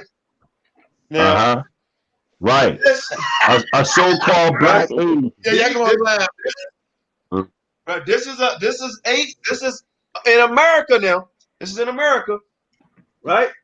These are the Indians in America. What do they look like? What do they look like? Asians. Okay. Look at that sucker right there. Go up a little bit more, Elder. Right. Where you gotta go down? Whoa. Look at that sucker right there. Look at that. Look at that damn face. Whoa. Right? So I guess that's the tribe of Gad. Right? That's the tribe of Gad. Yo, put that up. Put that up. Right? Put that up one more time, Elder QANATH. Put that up one more time. Look at that picture. Put that up. Look at that picture. Right. Look at that Show face. it again. Damn. That's crazy. Go to the other one, Elder. I don't people. They from the Atlantia root epic, man. It's saying we found Shashan. Right. That's the Shashan joint. What's that? What that say? Y'all said that's the Shashan joint. Yeah, I seen that book before. I seen that joint before at Barnes and Noble. I gotta get that one. Somebody got fucked up tonight. Hey, Prince, let's show us map. Go ahead, Go ahead. Yeah, I want to see this map he talked about. Man, I every time I try to, what's the name? It's not focusing. Like hold on, I'm gonna try and see if I try to share it and focus. For some reason, it's not focusing. I don't know. Bishop, you got to say real quick. Yeah, man. Listen, like I said, man. The mighty Hebrew said some powerful words, man. Like I said, all facts, man. Speaking about us, man, the original. You know, a lot of the stuff that he's talking about, they can't even comprehend. Those that claim to be Israelites and they're not. You know what I'm saying? Too, especially a lot of those. It's a lot of different groups out there that claim to have heritage and bloodline of Israel, and it's not. And that's a lot of the confusion, man. So how you broke it down, the groups and stuff, because everybody want to deal with science and everybody want to deal with methodology and get all deep. And how you broke that down was good, man, because people need to hear that. You know what I'm saying? And definitely need to hear that. That video, those videos, man, was right on point. And a lot of these brothers that's in these camps, in these organizations, don't want to hear it because somebody then told them they're this. You know, they want to belong to something. You know what I'm saying? Rather than belonging to their own culture and heritage, which they know nothing about. If they did, they wouldn't be going around saying they this or they're the chosen group and everything else. You know what I'm saying? To a lot of separation, a lot of confusion, these brothers need to sit down and go back to the drawing board. That's just basically what it is. Okay. Absolutely. Hallelujah. And that's the key, is that a lot. This is why you don't see these people coming to the fold, because they've been taught the correct history, like we just showed y'all. And some people, unfortunately, some people who think Israel is really kind of on the dumb side because their parents didn't tell them, right? Just like the guy, he wears the feather in his head from the so-called Northern Kingdom, and he looks strictly like the people I showed y'all in that book, right? Strictly like that, you know. So and I ain't gonna say it's unfortunate for him, you know, it's just his lack of study and research, and then him being so arrogant. And then once you start showing these people the truth, right, they get upset, and they'll be Canaanites. And then once we start bringing out the truth, our brothers who we thought loved us, they quiet, or they say negative things about you, or make videos about you. Now I want to show something real quick while I find this video on that show. Right. Yeah. That's how they start talking about you. Watch this, brothers and sisters. I saw a guy put a post up talking about, the Puerto Ricans on a march, right, about the brother who got murdered. Now, mind you, this, like I said before, this comes at the same time as a Puerto Rican parade. So basically, what they're doing is hijacking his death so they can actually celebrate. Hey, Sham, I need you to put up a big screen. Oh, you already got it. Hijack the death of the brother, so they can still have their Puerto Rican parade. But I was going to show you. In fact, I'll let Daquan tell you about it real quick, and then Shaw, I'll let you get into what you want to get into. Tell them about. So basically, if anybody's been following Puerto Rico, if you know anything about the Caribbean islands, Puerto Rico had a governor that was stealing money, and when it got out of hand, they protested kind of similar to how we did over here with George Floyd. They covered that whole island from top to bottom, even into that man's house to make sure they got that man out of office. So Elder wanted me to show you guys a video. It's only 30 seconds of showing y'all how much they went in to get this man out that seat. Now, do this look like something they done for our people? The brother that got murdered, but they want to get a man out of office for stealing money. And look at the massive crowd in Puerto Rico and in America. Let's go. We're gonna get it right now. Sam, can you big screen this? He sent it to me. I'm trying to right there. Look at this, family. Huh? Like roaches. Hold on. That's in Puerto Rico because they want to get a. Okay, go big screen it again. Now that's all to get a man out of office. But you didn't see that massive crowd for their brothers since Rodney King and so on being killed, right? But to get a man out of office, right? So they shut down Puerto Rico, made the man resign. What year was this? Last year. This was last year. That's all of Puerto Rico, all because the man's stealing money. But from Rodney King on, you have not seen a crowd like that in Puerto Rico. Okay, but now this brother got killed. Now they're gonna pick a day. What? The Puerto Rican Parade Day, the march. That's because the now this the one in New York. This like 15 seconds, right? Because they got support from their Puerto Rican brothers and sisters in New York. And look, check it. They supposed to do that. I'm not down there for doing that. They're supposed to do that. Unlike Joe, this is called say we was socializing and getting ignorant by having a funeral for our brother that got basically hung, right? By getting his neck stepped on. Right? And we got another man from another culture telling us how we supposed to feel, how we supposed to act, what we supposed to do, right? And all them brothers, these people are not speaking out about that at all. Mum's the word. But we're gonna have a conference in New York or somewhere further on the East Coast, September. We'll give you the exact place, right? Because we're gonna talk about that like Acts 15 told us to do. We're supposed to sit down and discuss these things, right? Doctor, so on and so forth, right? Even if we disagree, we're still supposed to sit down and talk about it. All right, that is very, very important. You found it yet? That's very important that we do that. I need 50 more seconds to let Champion's video because it's getting late. But this is what we're trying to say. Our lives matter. All black, what? Everything, right? And if people don't like it, Negroes don't like it, then they should kick rocks. They should kick rocks because the same people that they're defending is not coming to their defense. Them same people that defended, if a cop step on your neck, they're not going to march that big march we just showed you to steal money. If somebody beat you up or shoot you when your hands up, they're not going to march like that crowd you saw like that. So you defending a people that don't give a damn about you. We did so many videos of our people getting shot, drug out cars, right? Saying, get them niggas, blah, blah, blah, we got them, right? Now you got people who y'all told Israelites calling you Canaanites. But still, you want to defend the people who won't even defend themselves and bring out what they believe in the scripture because they don't even know the Bible. How what? What a black man taught them, right? That's what they go by. When you look at all the Israelite music, who you see writing it? Who you see singing it? This is who you see singing it. All black everything, singing and writing and teaching all over the world. And you guys, basically, I'm gonna be honest with you, in New York, right?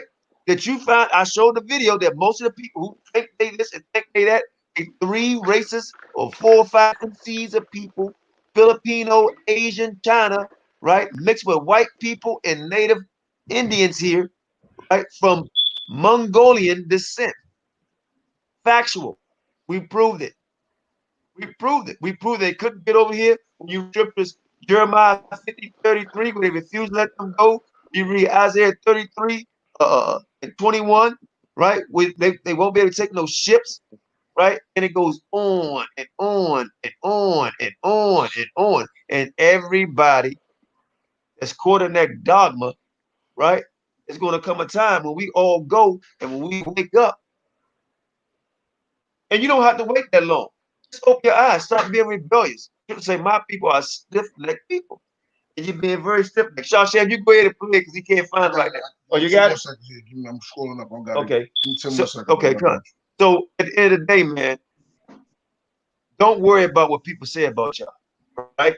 Because I know when I came out with this, I was going to get a lot of slack because I come from that one West school of thought, so of Shashan, right? We know this. Mighty Hebrew, he been knowing this for years, but he been kind of quiet on it, right? And then we like, you know what? We're going to let the chips fall where they may, right? We're going to let them fall where they may with the evidence, right? With the scripture, right? With the science of it, right? The science of the DNA, right?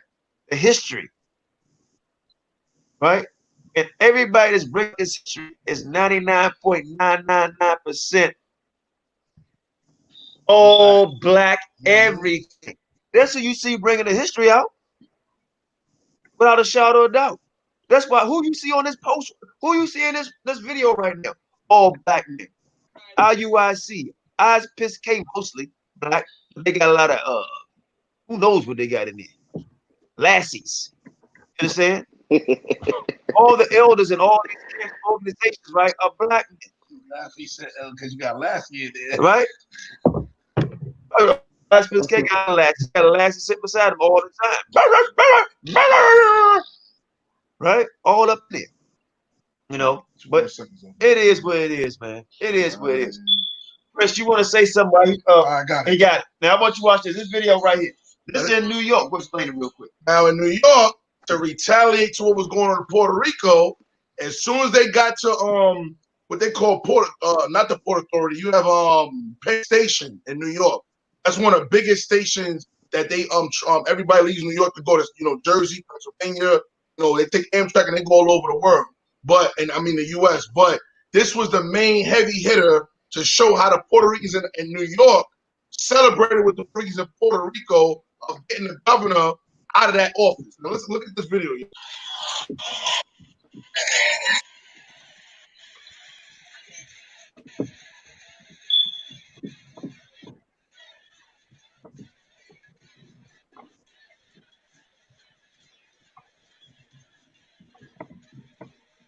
I had no problem with that. They're supposed to do that.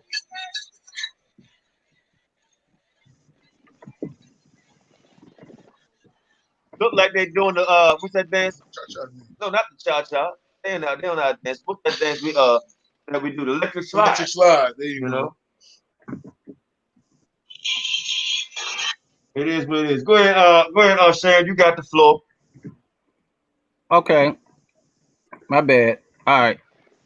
This map is so tricky, man. I had to try to get in close on. Yo, if F.O.P.E. Prince, if you can't print up the names, could you read the names and I can explain the tribes, them Hebrew tribes, because I'm familiar with them 9 times out of 10.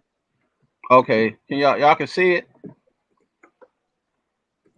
Because I see you was trying to pull it up, but it was kind of, the names were blurry.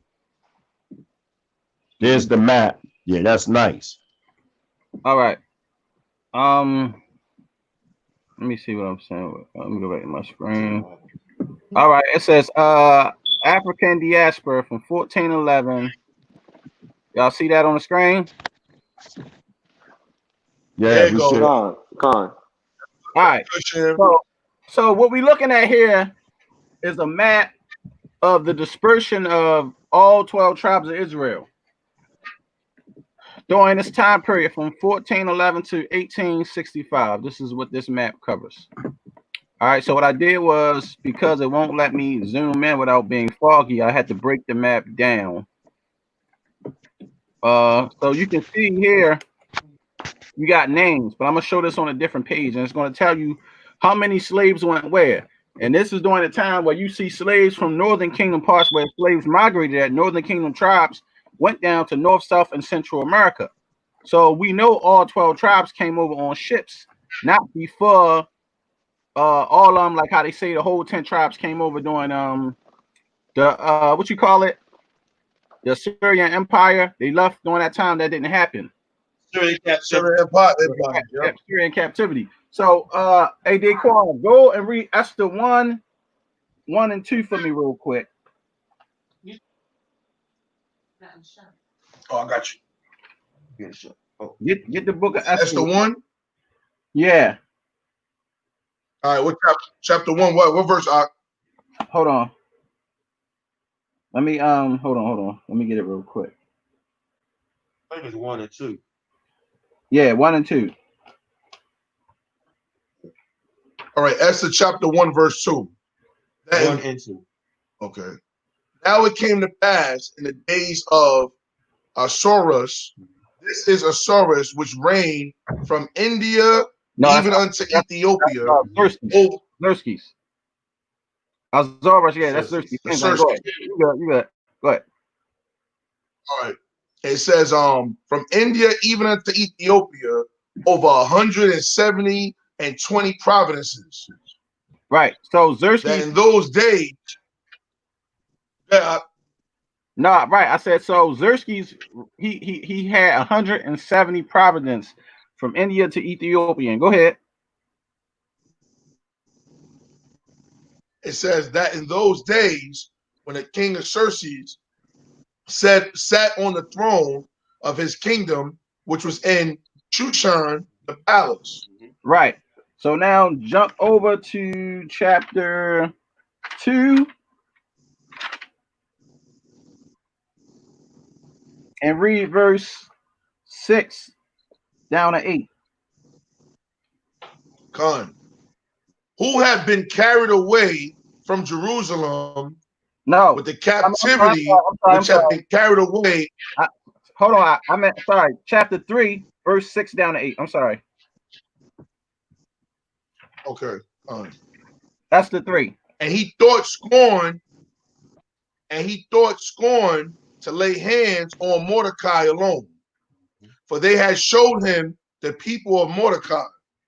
Wherefore Haman sought to destroy all the Jews that were throughout the whole kingdom of Xerxes, even the people of Mordecai. All right. So now he just told you that all the Jews was in the kingdom of Xerxes. So where did the kingdom of Xerxes run from?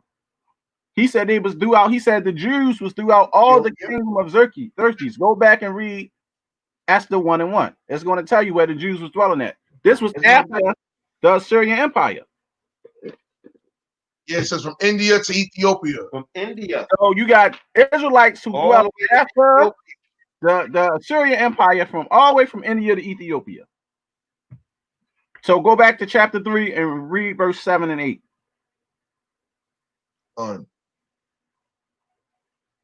In the first month, that is the month of Nisan, in the 20th year of King Ahasuerus, they cast pur, that is the lot before Haman, from day to day, and from month to month to the 20th month, that is the month of Adar.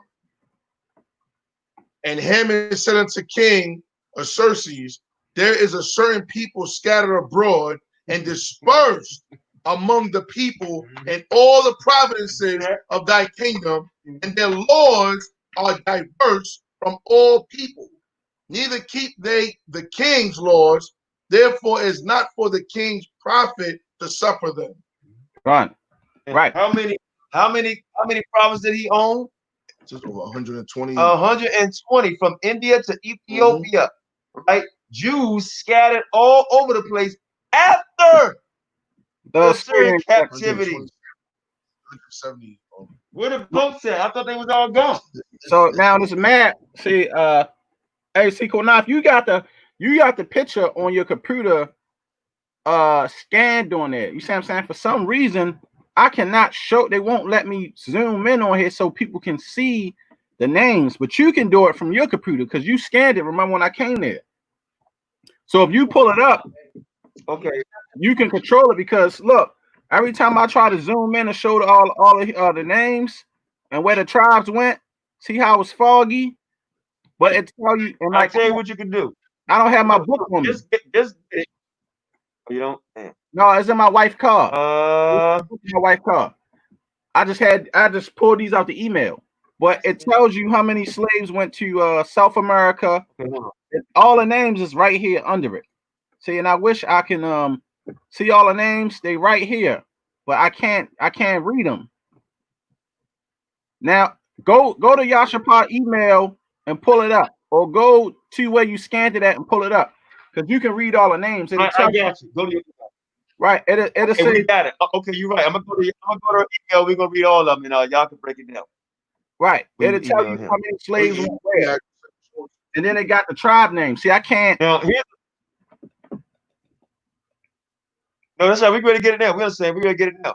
But we want to keep everybody in mind is that this king ruled from Ethiopia to India, right? Hey, Over 120 provinces.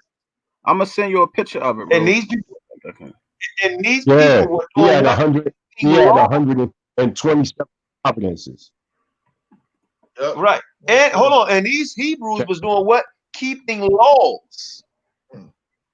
Right? They were keeping laws. Right? And how do you keep the laws back then? Through the Levites. Right? So they was keeping the laws. Right? So if they was keeping the laws after a certain captivity, where's this doctrine from that they came to America to keep the laws, right? Over here to the Americas, and then according to the doctrine, the Levites is only in one spot. Right? And then according to them, the Levites came over here doing the translated slave trade. But also according to them, the Levites came over here doing the Syrian captivity. But also according to them, there's only 9 tribes on the chart, but the scriptures say 10 tribes. Right? According to them, right? All them cake got turned. And that's why this thing just go on. It's madness. It's madness. It's straight madness, but the scripture don't lie. Gotta prove that the Israelites. You got the email you sent him? Every time I hit on Sam 28 Gmail. It's saying that I have nothing to do. That's why I like to do on the laptop. I can't. It's not showing up. It says no results found. It's not showing up. Because for whatever reason. I sent it through that. You know what you want to do? Try this. Try taking all our face off and put it up. No, that ain't got nothing to do with it. It's on the program. That ain't got nothing to do with it. Trust me. That ain't got nothing to do with it. I sent it to Matty Hebrew, but that ain't got nothing to do with it. I just send it to me. I'm gonna see if I can get it. All right, hold on. Send it today.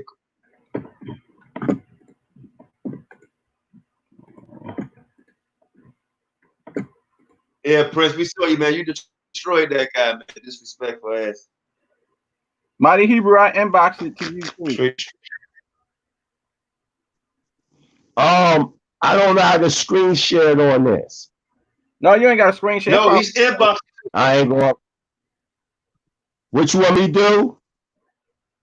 He just inboxed the map. Because if I leave, excuse me. Oh, don't worry about it, then. Yeah, but if I go look at the name, right? No, I'm saying if I look at the names, it's going to take me off of here. Oh, okay. Don't worry about it, then. I got it, y'all. Okay. All right. I'm gonna show it to y'all.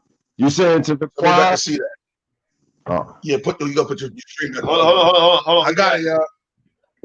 We're about to get it right now. Let me know if y'all can see this. Yep, we can see it. More screen share. Put it up big. All right, there we go. Now, see how you zoom. See, you can see on the names better now. Now it says, what that say? 1492 Caribbean Islands. 1570, you had 200,000 in Mexico, Spanish. Okay, that's Central America. Now these are the slaves that went there. It's telling you the numbers. What that say? 1817, 2.5 million blacks in Brazil. 493,000. Say it again. Get one. 1791, 1 million to Cuba. In Cuba. In 1810, 493,000 went to Central America, Spain. Then it says now, 1817, 25 million blacks, Brazil, Portugal, and 400,000 free Negroes. Now move over. And look, zoom in on some of the names on there where it show like Bantu where they came from, where it tell you the name of the tribes and it's showing the directions that they went into America. Like, can you zoom in on some of the names where it says Bantu? You know what I'm talking about? Ashanti. They got their names on there. See how they all the names of the tribes, the different tribes, and where they went.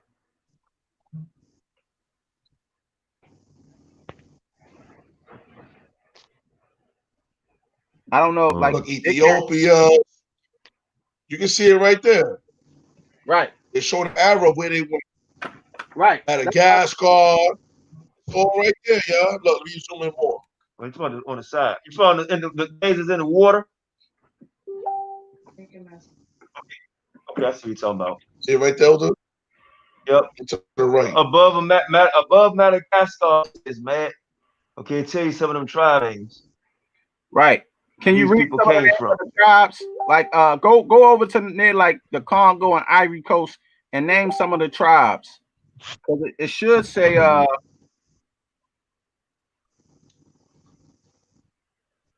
on, y'all. Bear with me. You just sent me another one. Okay, here we go.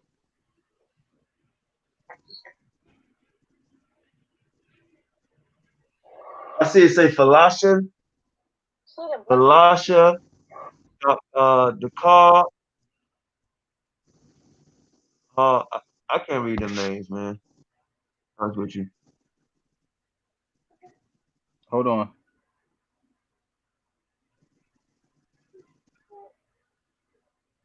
Go down. So go up. I'm gonna go. Yeah. All right. Now, when you look at Nigeria, you got the Igbo, you got the Nupe, you got the Yoruba, you got the Igbo, the Igbo. Yeah. Igbo. I can see. I got it. You see the names, and it's telling you where the slaves came from, and it's pointing exactly what parts where they went to, and it's giving you all the names of the tribes that they was going under, the Bantus, the African names of the tribes. But see, I put it on Elder QANATH computer, right? Right. But for some reason, it's showing up foggy on here. But if I can get this map to blow it up so people can actually see all the names, it'll come out better. For some reason, I don't know why it's coming up foggy on here, but I scanned it to the QANATH scanner so people can see it, because you can actually see all the African names. You see what I'm saying, though? When you look at it, it gives you all the names of the tribes. Now, right? Think about it. All these tribes, they all didn't come from the y'all. And you talking about look at this, y'all. You talking about a span of how many years? All these tribes went. He's showing the name. Akan. Zoom in for me real quick. The Ashanti. Akan, Ashanti, the God, the Tweed people. Look at that, Lagata. Right. It's telling you exactly where they came from Africa, and when they went and where they went. When it shows, the map shows the major slave ports. So it's showing the major slave ports where they went in South America. So if these slave ports was major slave ports that went into South America, and we know that these tribes are Northern King tribes that said they migrated certain places here.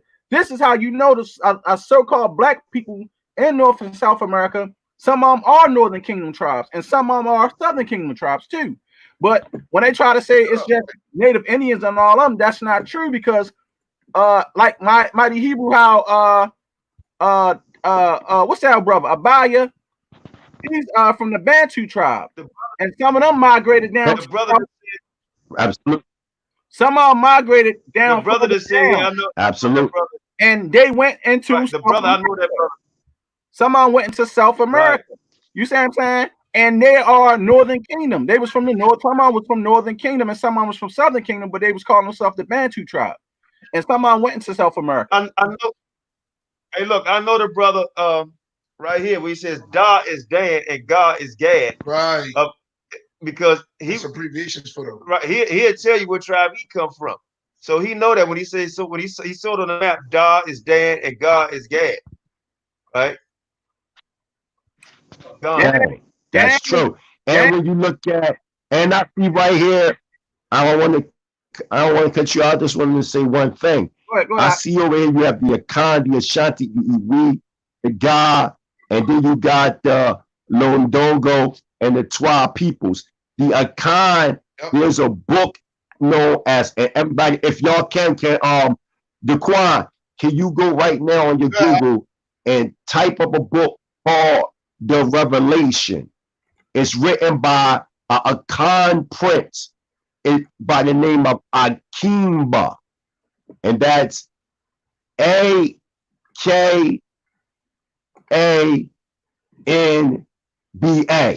I think that's how you spell it. Look that up right now. This man is a Akan prince over there right now, and the book might be like 700 and something pages, and he go deep into how the Akan are in fact Hebrew Israelites. This is a well-known prince in Ghana. Okay. Hey, brothers, a well-known prince. No problem. Yes. Hold on, real quick. I don't mean to cut you. This is important too, because we have a brother on here that we talk all the time. He says, no problem. We still sing songs about Wada, Yehuda, and the homie while doing voodoo in Haiti. He said they would still sing songs like that. He know all about it. He's from there, right? So they still sing some of them songs. Kane. Go ahead, Prince. And speaking of, and he know, and by him being over there, he can prove, because when we start talking about going into Nigeria amongst the Yoruba land, because also we do have the Yoruba here in southern Nigeria, there are a group of Israelites from the tribe of Ephraim have been there since, they've been there over 2,000 years. So, and they have in parts a Torah, but guess what dialect is in? Aramaic. So no word can change. And you know, when we came out of the Assyrian / the Assyrian captivity, is it what you call modern Hebrew actually Assyrian script? Y'all with me? No, we listen. Got you. Hold on 1 second. My thing is, Mighty Hebrew. Hold on 1 second. Yehuda wanted to say something real fast online. I think it's over this way. Go ahead, Yehuda. Hey, shalom, Mighty Hebrew. How you doing, brother? Y'all can hear him? Oh yeah. Oh man, great. Yourself, man. Yes, sir. I posted your video on my channel, man. It's powerful, bro. Powerful. Which video? Which one? The one you did. I think you dropped it before yesterday. You was talking about the history of the of the Asian, Mexican. I posted it. Yeah. Oh no, yeah. Elder QANATH. It's another one up there I just put up. That's the one he talking about the Filipinos, the Japanese, all them, right? That's what you're talking about, right? Yes. I want to say one thing real quick. I have the letters of Pontius Pilate, right? And he wrote back and forth when he was a procurator to a guy named Seneca back in Rome, right? And it was a guy named Valerius who was Pontius Pilate. He was Pontius Pilate predecessor, right? He told Pontius Pilate that every year for the feast days, especially the Passover, he said every year thousands of Jews came up from Africa in the Asia Minor to the Passover. Now, who was those Jews coming up from Africa? They were the 10 tribes. Okay. Absolutely. Absolutely. Every. I just want to drop that and tell the people. You know what I'm saying? But we'll talk tomorrow. Okay, hallelujah. Yo, Mighty Hebrew. I got that Mighty Hebrew. Look at that. Yeah, I want you to show the people that real quick. And read it to the people. And read and read the cover to the people. Look what it say. This is the Revelation. Here we go. The movement of the Akan people from Canaan to Ghana by Akambo. Boom. That's what the brother just stated. All right. Now, look how, and when you go into the prefix and all that, he's a prince, a Akan prince. Literally, he's a prince that sits over there right now. And he's saying out of his own mouth that he a part of the Northern Kingdom.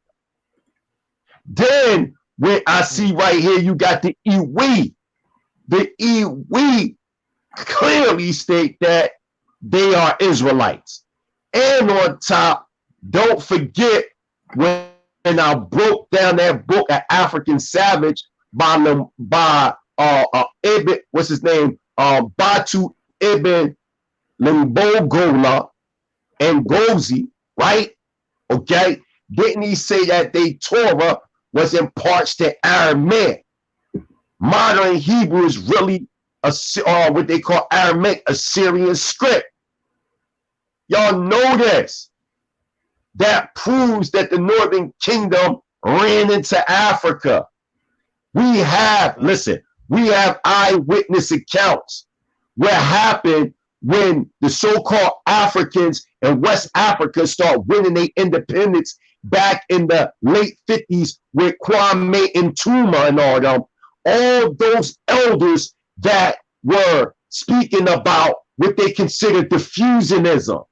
Diffusionism was an idea that there were different cultures of people that were migrating from northern and northeastern Africa and even from Southeast Asia coming in and absorbing into other tribes. This is why a lot of the elders from these different communities, such as the Ashanti, such as the Dahomey, such as the Iwi, such as the Fanti, such as the Fulanti, all these, the Igbo, all these different people, the Akan, what they all express, their elders, they say that they're from the East, that they're not from West Africa. So with Kwame Nkrumah and all that was doing, and those later, not him personally, but different renegades and different warmongering warlords, they was capturing a lot of these elders in West Africa and they was murdering them. And what they did was create an indigenous doctrine in their mind, and they was getting help from the United States black political bourgeois who was engrafted and entombed and committed, and they black people. Yeah, what's wrong? Can y'all hear me? Bishop, can you hear me? Yeah, what's wrong? Shashem, can you hear me? Yeah, I can. We hear you. QANATH. We hear you. Okay, I hear y'all. Oh, can I continue? Yeah, go ahead. All right, so you got these black bourgeois that's in these universities pushing this indigenous doctrine to wipe out the elders teaching that we was Israel. This is a historical fact. So now you have the doctrine that we were always there. But the original understanding was that the Bantu expansion is really the Israelite expansion from Ozareth, which is northwestern Africa, all that going deeper into Central Africa, Eastern Africa. That's why if you look at all them tribes, they're basically modern names. In ancient times, you don't see words like the Iwi, the Ashanti, in the sense, even though you see it in Hebrew, but I'm talking about in West Africa. What was going on, Israel was pushing into these areas, and through the fusionism, they started to amalgamate. The brothers start having relations with the other nations or the Hamitic nations that were around us and producing these tribes. Dr. Ben said it on page 76 at African Religions or African major Western religions, he clearly broke it down how we came from Northern Africa during the Roman incursion to overthrow the set apart land, and we migrated into West Africa. Dr. John Henrik Clarke said it in African Revolution in the Crossroad. He said it out of his own mouth. He said, now we need to examine and study the migrational pattern of the Israelites. Where did they go? He said there is some evidence that they went into the body of Africa. Your own Afrocentric scholars are telling you this. Look at all the names of these tribes. Go study the anthropology of these tribes, and you will see emphatically that they're saying that they're Israel. All of them. Why? Because the Bantu expansion is the expansion of the northern kingdom of Israel. That is a fact. But when we study the native, so-called Native American history, what you're studying is European conquerors or conquistadors that had this idealism of manifest destiny because it was destined for them because of the prognostication of the Tanakh saying that these people would come take us. Remember Deuteronomy 28 verse, what is it? 36. I will send you and your king into a land which neither you nor your fathers have known, and there you will worship idols, even wood and stone. This is why they created the COINTELPRO, the counterintelligence program to stop the rise of a black messiah who electrified the nationalistic aims of black America, because they knew the prophecy that the anointed ones and the anointed kingship would come through the line of the so-called Negroes in North America. That's a fact. Y'all are not our people. F.O.P.E, the mighty Hebrews. Brother Daquan, we've been showing and proving consistently that y'all are not the people. You cannot take an opinion and call it a primary source. You cannot do that. That is not academic scholarship in its excellence. You are dealing with the wrong people when you try to come out here and say that we are not Israel. We will body bag your pseudo knowledge. The pseudo knowledge is riding the dick of academic consensus, which go back to London, England at the Royal Society. You are slaves to your European masters. Now it's time as Israel for us to rise and bang on y'all back so y'all niggas can never get the fuck up. Let me say this. Let me say this real quick. Praise hallelujah. Let me say, I'm sorry to cut you. I gotta say this.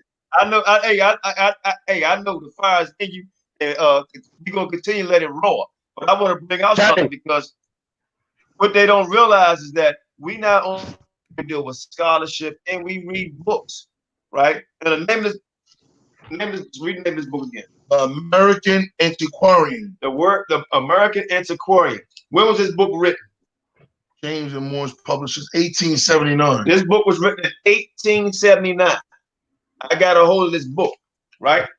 Read this pink part right here. What does it say? It says, M. Wheeler's expedition spoke on the names of the colors in the Indian languages of North America. And on the resemblance observed between Chinese, Japanese, and Indian terms. These later being taken from languages spoken by Shoshone and Yuma Indians and by the Pueblos of New Mexico. So these people are related to Chinese and Japanese Americans, right? And they knew this back in 1878.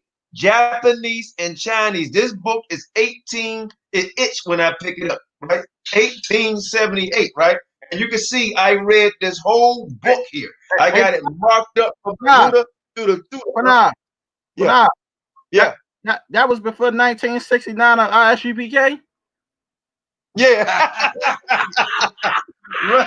Right. Yeah. Now hold up. Watch this here. We're not gonna read the whole thing because we're not gonna read all of it. I just want you to read this part right here.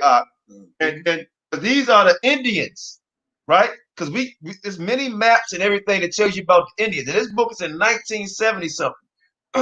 Earlier, what did I say at the top? It says early Indian migration in Ohio. Early Indian migration in Ohio. Read that part right there. It says, in the historical map of Ohio, appearing in 1872 in Whalings and Gray's Atlas, and prepared by C.O.L. Charles Wesley, the Indian occupation of Ohio appears as follows. And he gives all the names, right, of the occupation, of the names of these tribes.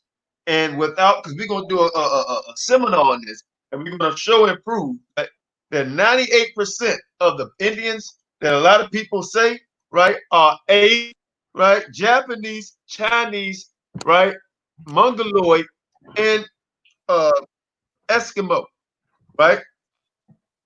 And every book, because this book goes all the way back through their research, and it dates back to 1657, right?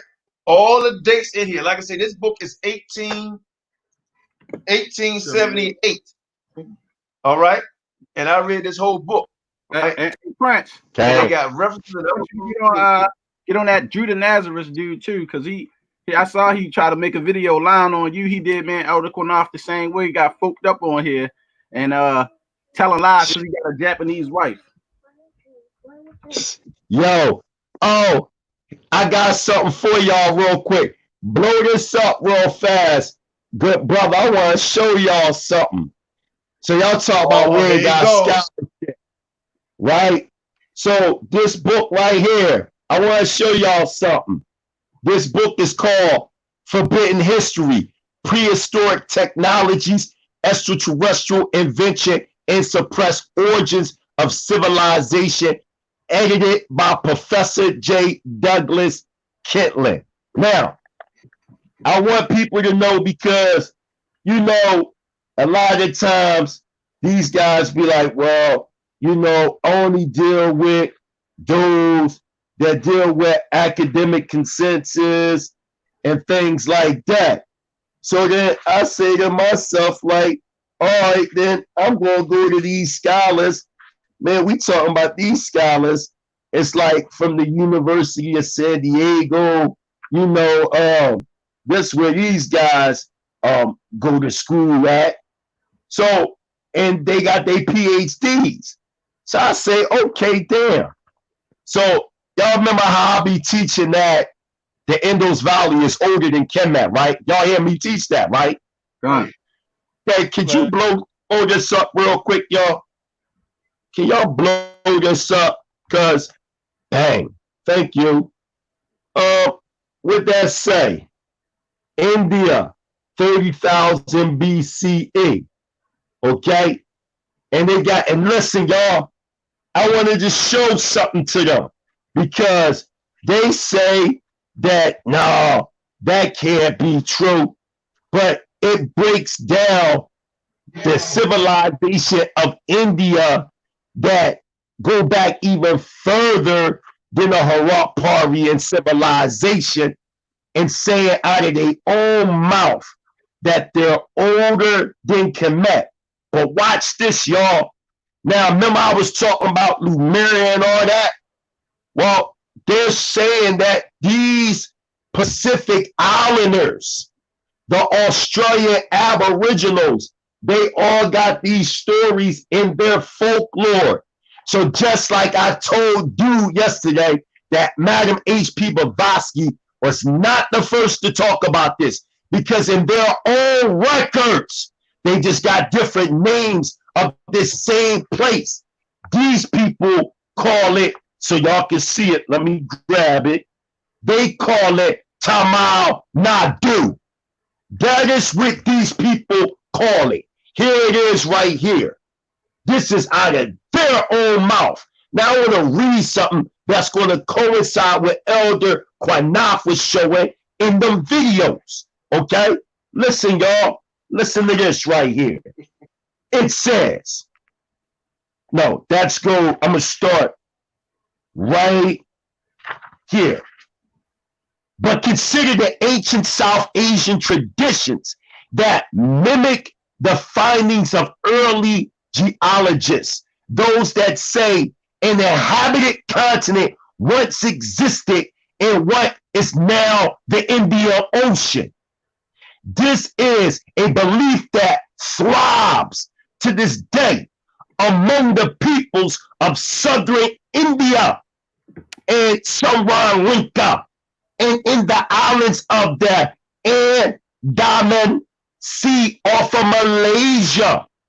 One tradition emerges from the writings of ancient Ceylon that refer to a lost civilization in an area now occupied by the Indian Ocean, and a landmass that connected the Indian subcontinent with the island of Sri Lanka. The kind of tradition dismissed as fable by modern day intellectual. Checkmate. Checkmate. I just spoke you up because I just showed that this information didn't come from Madam H.P. Blavatsky. It came from the islanders, the freaking Indian sages, and all them through their old traditions about their ancient pre-antediluvian, and if you don't understand what I mean, pre-flood history. What are you talking about? Where's your real information at? We are not talking about going to academic consensus. We are talking about going to the ancient traditions, meaning the anthropology of men. This is why we developed at the Mighty Hebrew University Hebrew Anthropogenesis, where we can do what F.O.P.E. Pritch, Shar just did by putting the map up there and showing the name of the Bantu expansion tribes, going into their oral traditions, looking into their records, seeing what they say, seeing what tribes they come from, seeing what traditions they have, seeing how they dress, because we also can study cultural and social pattern behavior to tell if Israel is Israel too. Because we can study the psychology of the Israelite tribes in the scriptures and see if that same psychology is in the midst of these Bantu tribes. We can envision social behavior, just like right now. Even though you may have Shar from Beadmore, you may have Jaquan from New York, you got Elder QANATH from DC, I'm from Philly. Now, we may be from different areas, but there is a social and psychological way that we move that we know we the same motherfuckers. I'm just talking like that right now. So this is why when you go into the continent, sometimes they can point out like, are you from that tribe? You hear so-called different West African tribes that most of them are in fact Israelites. They act just like us. If you go to Ghana, to Accra, Ghana, and look at how they roll just like us. But when you go to East Africa amongst E1B1B, amongst your so-called Somalians, which is really your Cometians, all them your modern day Sudanese and Eritreans and all them, you know that the modern day Sudanese are your actual Cometians, your Canadians. They're not us. Your Eritreans are in fact ancient Egyptians mixed with the Medo-Persian, because he already broke down how King Xerxes ruled from India to Ethiopia by the way of 127 provinces. We too sharp for y'all. We on a whole nother level. Let me break it down to I'm on a top. I'm on a top. Hey, look. Hey, look. Hey, Prince, check it out. I'm not gonna get a name. Hey, look. I'm not gonna get a name of this book, right? I'm saving this for our rapid fire. We pull the damn machine gun on their ass, okay? Right? Because this book right here is going to prove, right? It talks about Mexico and Peru, and this is another Asian statue, and it talks about the Mayans, right? And it gives the dates. Read this paragraph right here, and then you can read that. Read this part. Now occurs an interesting parable or parallel new ways of doing things came to the Valley of Mexico and to the north coast of Peru at about the same time, give or take a few hundred years. A popular religious cult appeared with them, worshiping foreign gods, perhaps brought from some tropical lowland region, a feline in Peru, a jaguar in Mexico. This began happening some 3,000 years ago, and for the next 500 to 1,000 years. Read this part right here. It says, these delightful figures of clay represent a wide-hipped dancer and a gay acrobat date from about 1000 BC and are some of the earliest known portrait-like sculptures of people of the New World. They were found in ancient pre-classic period Mexican graves below the site of a modern brickyard at Talico, a suburb of New Mexico, Mexico City. Right, and as we keep going in on this, right, all of this was going on when we were still in Assyria, right, in captivity over in them lands. So it was people already here, all right, people already here, and they look Asian, right, and they even go in on where is it? I just saw it. The right here, the Olmecs. That's right. a picture that Mike Hebrew just showed us book. Right, even going on the Olmecs, right? So these people was already here while we were still in captivity, right? They have not yet to be able to put up a map showing or even how the Olmecs got here, let alone how the Israelites got here during the time they said that it happened, right? And we got pictures, evidence, ancient writings, books from the 1800s proving all this from scholars, right? So we had these things. So the information is there, it's vast. I know that many people probably gonna try to look up another book, right? But it's 151, right? And I know our moderators are tired. I'm tired as hell, right? And my brother here, he can tell you, man, all the books that I got here. How many books you? Probably about 200, maybe more, 300, I would say. Do they sit or do they got read? No, they got read. Got about a million stickers in order. How many stickers I got? A million stickers in order. And all of them, right? I read them, right? But I try to read all because F.O.P.E. Prince, that boy got 50 Torahs. F.O.P.E. Prince got like 50 Torahs, man. Bombed you on 50 Torahs, man. I seen it. Look, I'm saying the boy apologized to me. He apologized to me and all that. Me, you know, Prince going to Maniel Ben Eleazar. That's Ben Ami's first cousin. What I'm saying is this, man. Let's keep it real, man. A lot of y'all running around here saying y'all leaders, y'all not real leaders, man. Like, we personally, the people that's on this screen, we personally know each other. Let's make this clear. This is not social media shit here. We know each other personally. Yeah, I mean, I chilled at Elder QANATH's house. You know what I mean? Broke bread. Man, the best hospitality ever in Israel with me. Okay? I rolled with Lord Daquan. He helped with building with this whole situation when we had to lay our comrade, the late General Deshaun Tatum, to rest.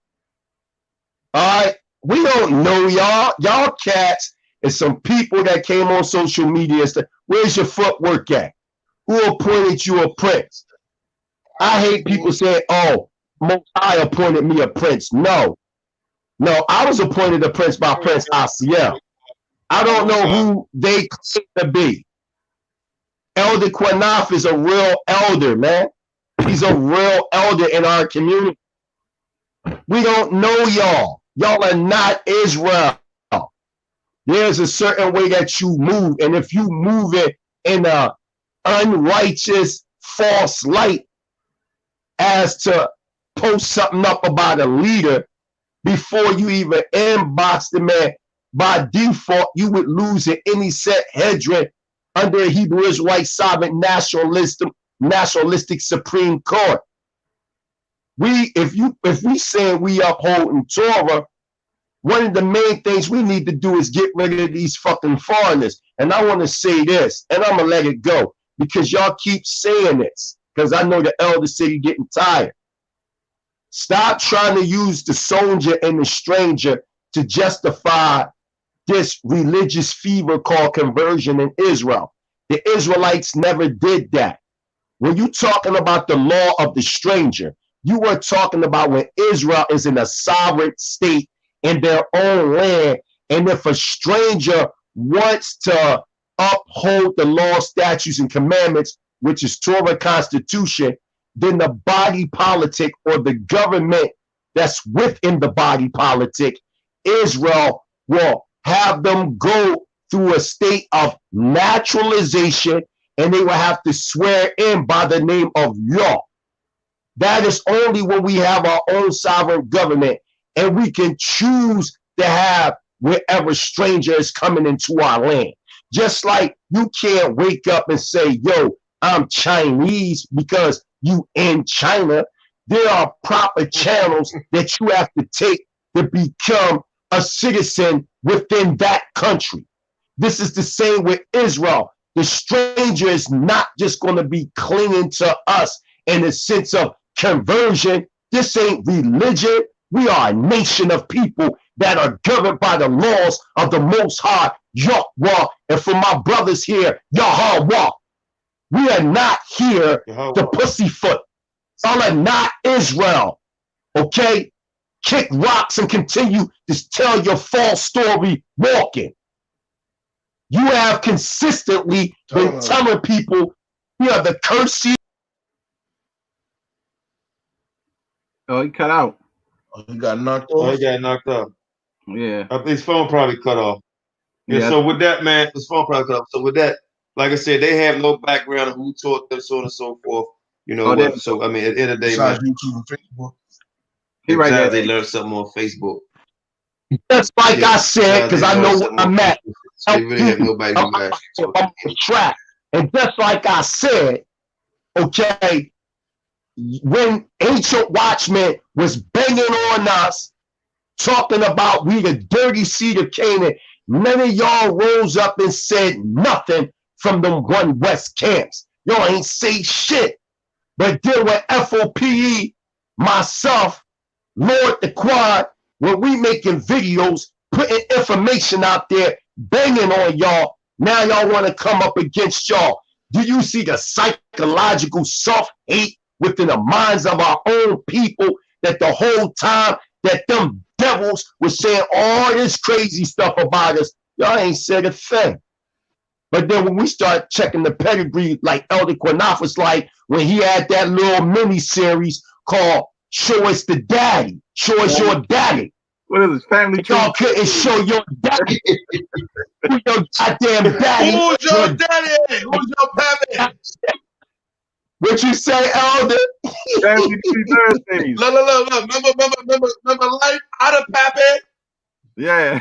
We call it Thursday night family tree. Yeah. Thursday night family tree. And then we're going to implement that again. Family up. Right. We want to know who your people is. I got an unbroken generation. Listen, my father's people is full so-called Negroes from slavery coming off the boat. My mother's side is Negro, but they do got native in them. They do. Black native in them.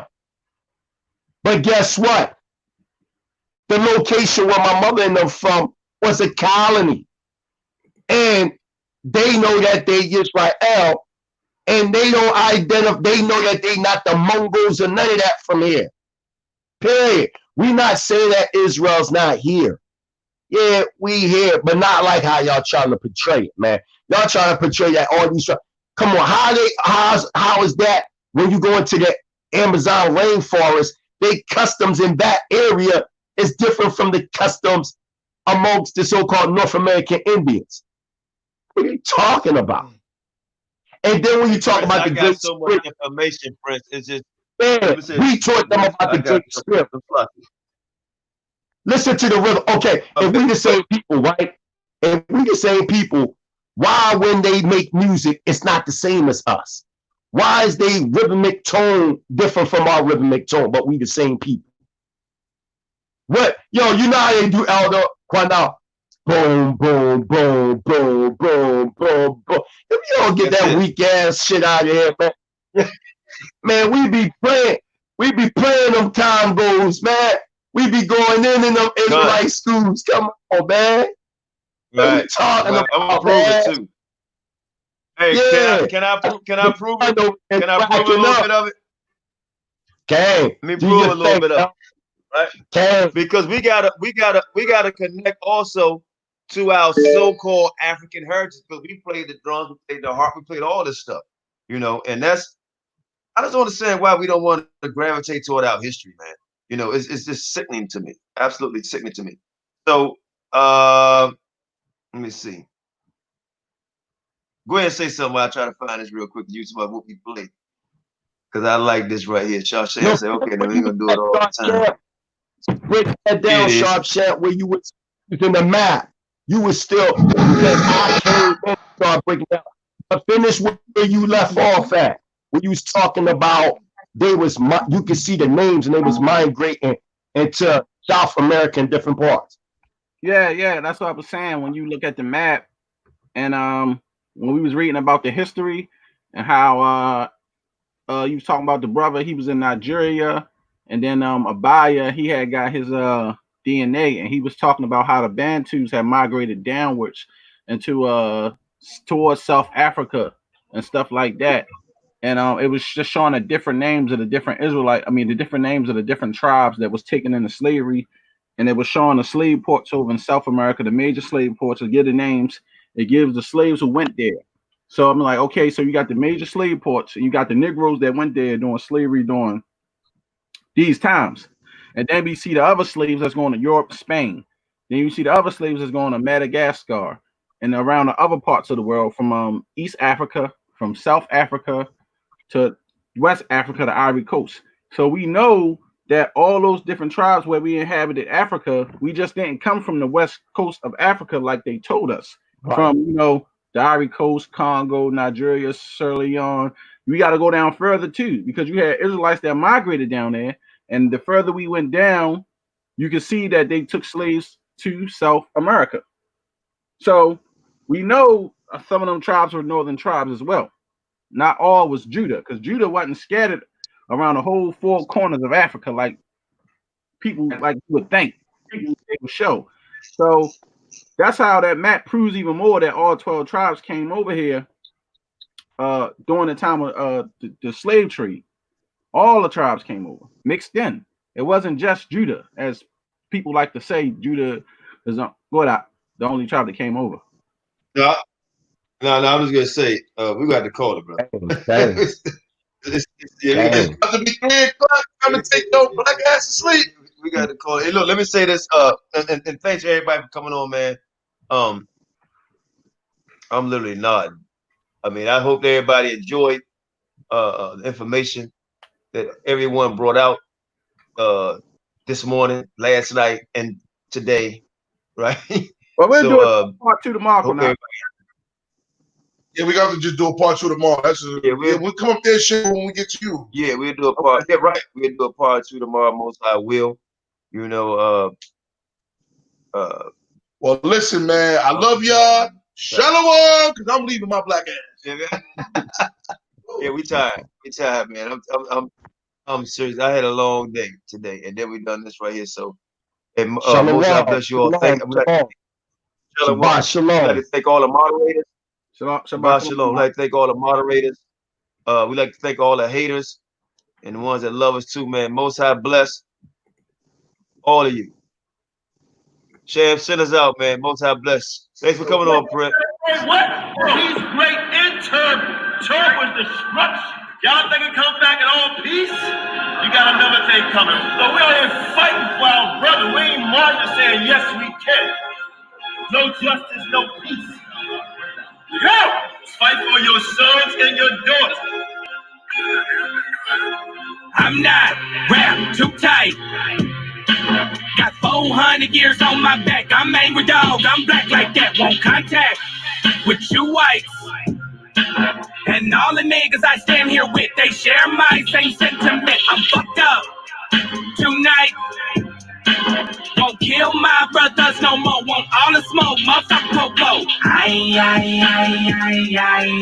this is my battle cry. Oh! Isaiah 14:21, that ancient version of that gun that swore. They stole our name, they stole our shit. We real Judites, motherfucker Jewish. We Lord. Generals, arm your soldiers. We fight tonight like we supposed to. They inherited lies. I'm referring to all whites. I'm referring to riches, white privilege, given through genocide. And they gotta pay for that. God say, Jacob, gon' take it back. I cry aloud, I spare not. This good bread, my sharecrop. This lily grew through concrete. We march the ox on drum beat. We the chosen. No inclination to kick it with y'all. Raise Babylon to the ground, then watch it fall. Obadiah said you'll be wiped off for theft. These are just words, worry about what come next. For Negroes, Latinos, we better than all, not equal. My natives no red dot that feather. Me primo be smooth like that leather. Until it's time to bring the war dogs out, put the headdress on. War paint and I'm not wrapped too tight. Got 400 years on my back. I'm angry dog, I'm black like that. Won't contact with you whites. And all the niggas I stand here with, they share my same sentiment. I'm fucked up tonight. Won't kill my brothers no more. Want all the smoke, motherfucker popo. Aye, this is my battle cry. I got the spirit of grandfathers past. Front porch sitters, Nat Turner dangerous. A real life illustration of angry and that painting. Of Malcolm staring out the window with patience. One hand on the curtain, right hand on the AK spits. 47 rounds, all to bring down Satan. Same way Abel was killed by Cain. This will be an introduction from the fuck shit into the fire. Probably join the list of artists who died before they retired. Most High said I'm hired. Sire will never spit a line aimed at my kind, less meant to uplift. Toughness will be redefined in my rhymes. A squad of men with the spirit of God, with an affinity to point their weapons not at the brethren but at the enemy. Khaki-colored kids, baptized in the flames of combat fashioned. In the trap we escaped, our fate was to be great and noble. Moses reincarnate, so be hopeful. And know, I bring word from me and Do to Pharaoh. And white folk, let my people go, cause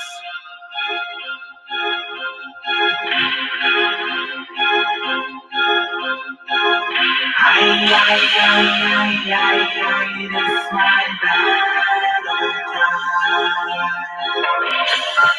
Yeah, Shabbat Shalom. Yeah. Crunk with you simulate this Shabbat. Yeah. Friday, Sunday from dusk to dawn. Saturday when I wake up in the morning. Shabbat Shalom, Shabbat Shalom, Shabbat Shalom, Shabbat Shalom. Friday, Sunday from dusk to dawn. Saturday when I wake up in the morning. Shabbat Shalom, Shabbat Shalom, Shabbat Shalom, Shabbat Shalom. Friday, Sunday from dusk to dawn. Saturday when I wake up in the morning. Shabbat Shalom, Shabbat Shalom, Shabbat Shalom, Shabbat Shalom. Friday, Sunday from dusk to dawn. Saturday when I wake up in the morning. Shabbat Shalom, Shabbat Shalom, Shabbat Shalom, Shabbat Shalom. Remember the Sabbath and keeping it holy. Praise the Most High, only He really know me. The laws, the stands that they teaching you different come out of these hard as these preachers are phony. We under that grace and we thanking the Lord. For Christ, they not did away with the law. That only means we can't judge anymore. We all will be judging the day of the Lord. Remember the Sabbath, remember the Sabbath. I stick to the scriptures, I'm reading this passage. Gotta take heed that no man deceive. They'll lead you astray if they teach and they act. Sabbath day, the Lord bless. That's the day when the Lord rests on me, I'm relaxing. Also, it's lawful to do good for others while keeping the Sabbath. Gotta be careful. If you have no knowledge, just speak to a pastor to preach you some manners. That Sunday worship from Constantine, a pagan from Greek, man, that heathen was savage. Under captivity, now hold on. My Savior Yeshua, He got the throne. Every Shabbat, I'm gonna rock to this song. Ponder Sha'ala, Shabbat Shalom. Friday, Sunday from dusk to dawn. Saturday, when I wake up in the morning. Shabbat Shalom, Shabbat Shalom, Shabbat Shalom, Shabbat Shalom. Friday, Sunday from dusk till dawn. Saturday when I wake up in the morning, Shabbat Shalom, Shabbat Shalom, Shabbat Shalom, Shabbat Shalom.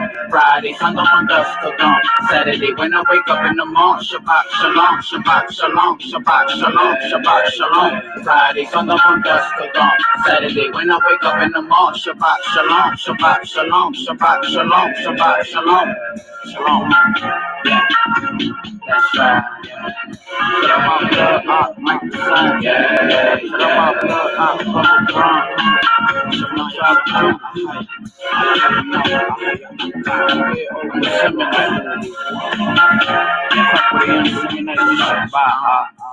Praise the Most High.